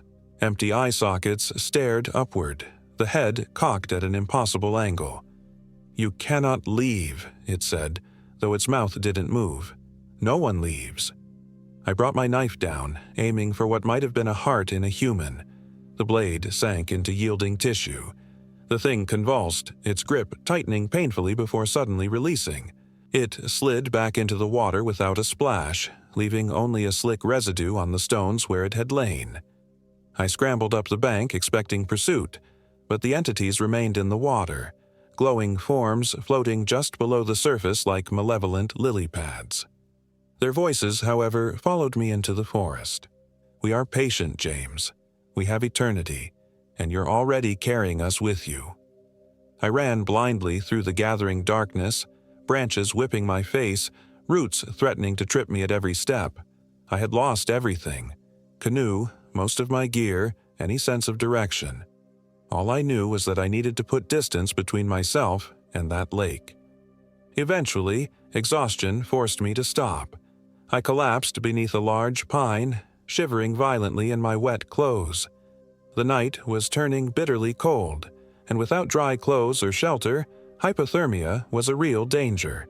I had to build a fire. My emergency fire kit was in my pants pocket, miraculously still there and somewhat dry in its waterproof case. I gathered what dry tinder I could find beneath the pine's lower branches, working by touch more than sight in the near-total darkness. The process was agonizingly slow with numb fingers, but finally, sparks caught. The small flame felt like the first real hope I'd had in days. As the fire grew, pushing back the darkness, I stripped off my wet outer layers and hung them nearby to dry. The heat was glorious, thawing my frozen extremities and bringing painful pins and needles as circulation returned. I huddled as close as I dared, ready to feed any dry material I could find into the precious flames. It was only when I had finally stopped shivering that I realized I wasn't alone. Something watched from just beyond the circle of firelight, something that breathed in small, excited gasps. I stared into the darkness, the fire's glow ruining my night vision. "Who's there?" I called, voice rasping in my dry throat. A child stepped into the light, a girl of perhaps 8 or 9, wearing a simple white dress that was somehow dry despite the damp forest floor. Her face was pale but human, with dark eyes that reflected the flames. She might have been a lost camper, except for the wrongness I sensed immediately. The too perfect stillness of her posture, the way she didn't blink, the impossible dryness of her clothing. "Hello, James," she said, her voice normal but carrying the same undertones I'd heard in the lake chorus. "You ran away from us." I scrambled backward, nearly into the fire. "What are you?" She tilted her head, bird-like. "I'm Lily. I drowned here in 1924. My family was camping, and I wandered away." She took a step closer. "But that's not what you asked. You want to know what we are." "Yes," I whispered, unable to look away from her unblinking eyes. "We're echoes," she said simply. "Memories trapped in water and earth. When people die here, especially children, sometimes they don't leave. And sometimes what lives in the deep water finds us and changes us." "What lives in the water?" I asked, though every instinct screamed not to know. Lily smiled, revealing teeth too sharp for a human child. "The hungry one. It's very old. It was here before people, before trees. It sleeps most of the time, deep in the mud. But it dreams, and its dreams become like us." She gestured to herself. "Not quite alive, not quite dead, just echoes." I swallowed hard. What does it want with me? "It's curious about you. You're different from the others who come here. There's a hole in you, a space where something was torn away." She tapped her chest, mirroring where my heart hammered against my ribs. "The hungry one finds that interesting. It wants to see what might grow there instead." The divorce. She was talking about my divorce, the emptiness it had left. Somehow, this thing, this hungry one, had sensed that wound and found it attractive. "I need to leave," I said, trying to keep my voice steady. "To go home." Lily's smile widened, stretching beyond what a human face should allow. "But you already are home, James. We've made a place for you in the deep water, and we're already inside you, remember? Little pieces of us swimming in your blood." As if triggered by her words, I felt the foreign presence in my mind expand again, pushing against my thoughts. Images flashed behind my eyes. The black lake, pale forms drifting in its depths, a massive shape slumbering in the mud below. Waiting. "No," I gasped, pressing my palms against my temples as if I could physically push the intrusion out. "Get out of my head!" Lily stepped closer, now at the edge of my fire. "You can't fight it, James. Better to accept us, to join us. Otherwise—" "Otherwise what?" I demanded. "Otherwise, it hurts," she said simply. "The hungry one doesn't like being denied, and it's going to keep pulling you back here, no matter how far you run." As if to demonstrate, she reached one small hand toward the fire. Instead of stopping at the flames, her arm elongated impossibly, stretching across the distance between us like taffy. Her fingers, suddenly tipped with translucent claws, brushed my cheek in a mockery of a caress. I jerked away, falling backward. Lily laughed, the sound of water rushing over stones. "See you in your dreams, James," she said, and stepped back into the darkness, her form seeming to dissolve at the edges before disappearing completely. I spent the rest of the night feeding the fire, terrified of what might emerge from the darkness if the flames died. By dawn, I was hollow-eyed and trembling with exhaustion, but still alive. The morning light revealed I had stopped in a small clearing. No sign remained of Lily's visit, no footprints in the damp earth, no disturbance in the pine needles, only my certainty that it had been real. I had to find my way out of these woods. My wet clothes had dried somewhat overnight, and I still had my knife, fire kit, and a granola bar in my pocket. Not much for survival, but better than nothing. The biggest question was direction. Without my map or compass, I had no idea which way would lead to civilization. I decided to climb. If I could reach higher ground, I might spot a landmark, maybe even see the Forest Service road I'd been aiming for. I chose the tallest ridge visible through the trees and began hiking. The climb was arduous, made worse by hunger and exhaustion. Twice I had to stop and rest, my legs trembling with fatigue. But fear drove me onward. Fear of what waited in the lakes below, of the presence I still felt lurking at the edges of my consciousness. When I finally reached the ridgetop, the view nearly brought me to my knees with relief. In the distance, perhaps 5 miles north, I could see a straight line cutting through the forest, a road, and beyond that, the glint of what might be buildings. Civilization. I began walking north, staying on the ridge as long as possible to keep the road in sight. The forest here was different. Younger trees, more underbrush, signs of logging from decades past.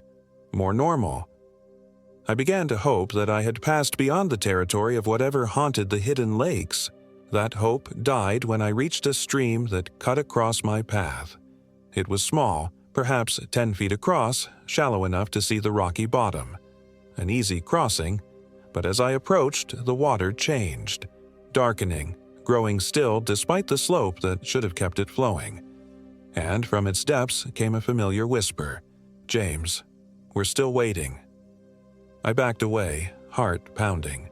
The stream returned to normal, water burbling innocently over stones. A trick of my overtaxed mind, perhaps. But I couldn't take the chance. I followed the stream east, looking for a place to cross that didn't involve touching the water. After nearly a mile, I found it. A fallen tree forming a natural bridge. I crossed carefully, not looking down at the water below.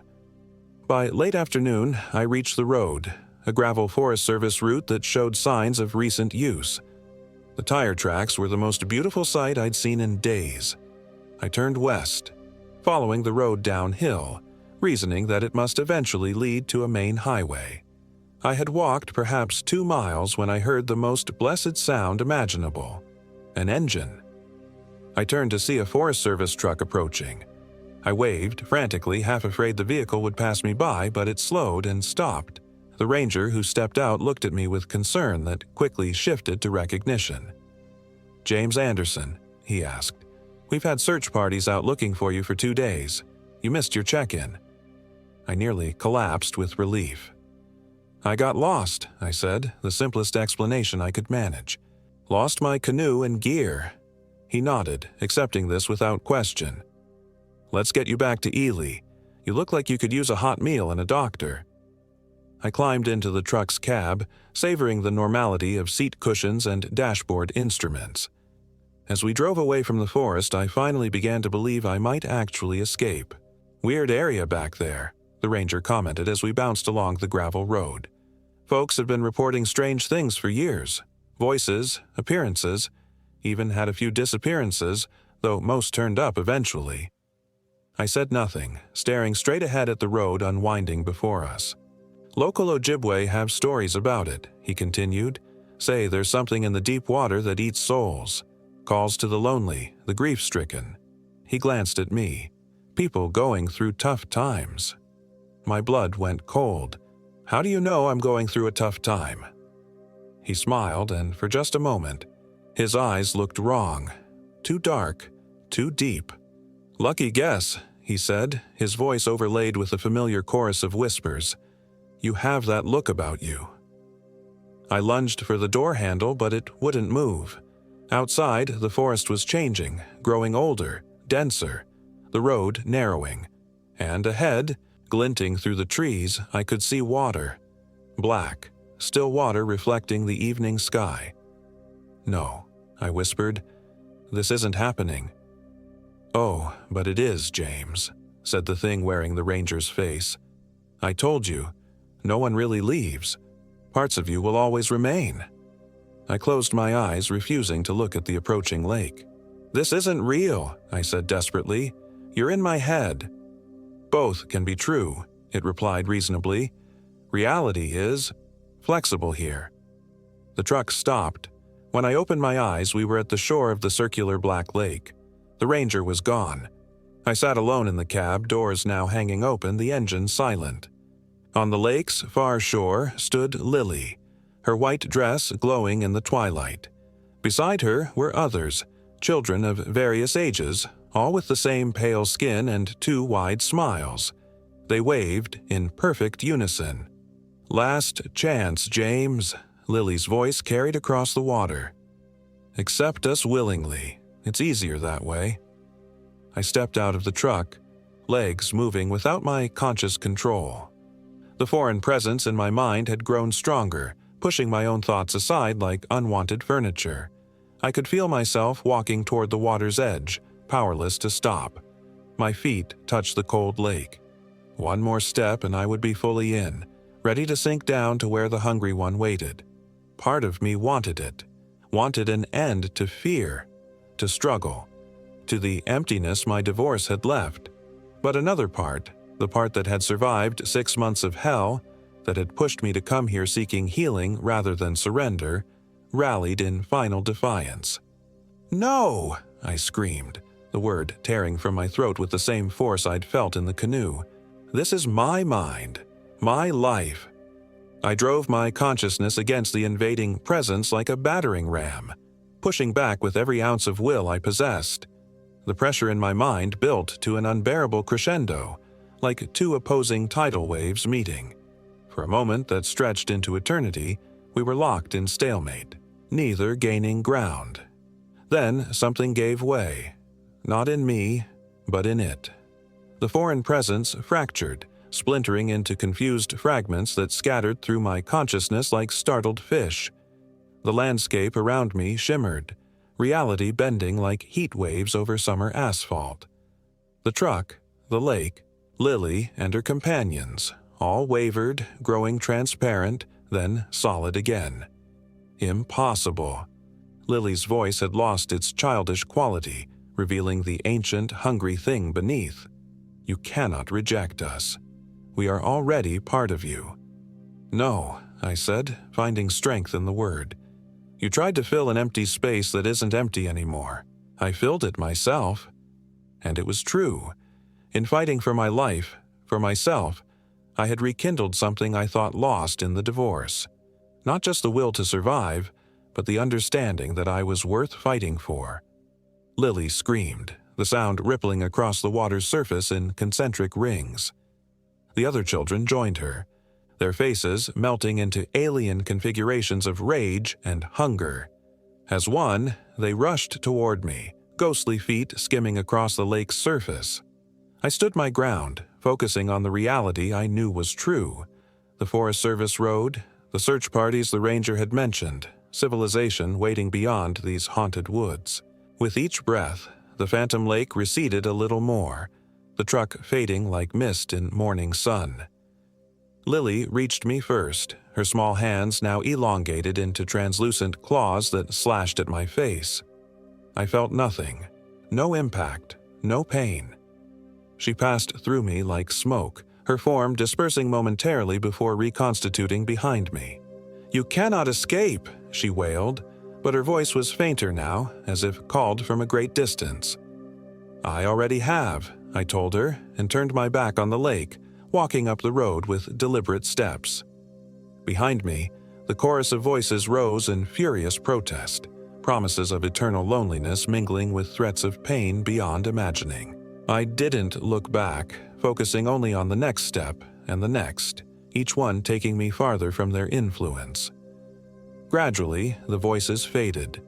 The presence in my mind withdrew, leaving only faint echoes that pulsed like dying embers. I kept walking, one foot in front of the other as the forest around me normalized. Younger trees, evidence of human management, the occasional beer can or candy wrapper marking the proximity of civilization. I don't know how long I walked before the real Forest Service truck found me. Hours, maybe. The ranger who picked me up was solidly human, concerned about my physical state but asking few questions about how I'd gotten lost. I gave simple answers: equipment failure, bad weather, poor judgment, the normal explanations that people expected.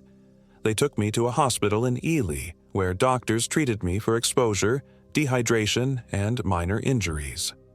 The ranger who'd found me promised to send a team to recover my abandoned canoe and gear, though I knew they wouldn't find anything at the hidden lake. It probably wasn't even there anymore, or rather, it was there, but not on any map they could read. 3 days later, I was released from the hospital and drove back to Minneapolis, back to my half-empty apartment and the pieces of my broken life. But something had changed. The divorce still hurt, the empty spaces still ached, but they were just empty spaces now, not wounds, not invitations for something hungry to fill them. Sometimes, though, I wake in the night to the sound of water lapping at the foot of my bed. In the bathroom mirror, I occasionally glimpse movement in the reflection that isn't mine. A child's face peering over my shoulder, pale and patient. And always there's a whisper at the back of my mind, faint but persistent. "We're still waiting, James. We have eternity, and you're already carrying us with you." I haven't gone camping since. I avoid lakes, rivers, even swimming pools. I take showers instead of baths. When it rains, I stay inside, windows closed, trying not to hear the voices in the falling water. But I know, sooner or later, I'll go back to the Boundary Waters. Not because I want to, but because I have to. Because part of me is already there, has always been there, echoing across dark water in a place that exists on no map, a place where the hungry thing still waits, dreaming its ancient dreams of those it has taken and those it will take again. My name is James Anderson, and I am 34 years old. This happened in the Boundary Waters Canoe Area Wilderness in northern Minnesota just last summer, and it isn't over.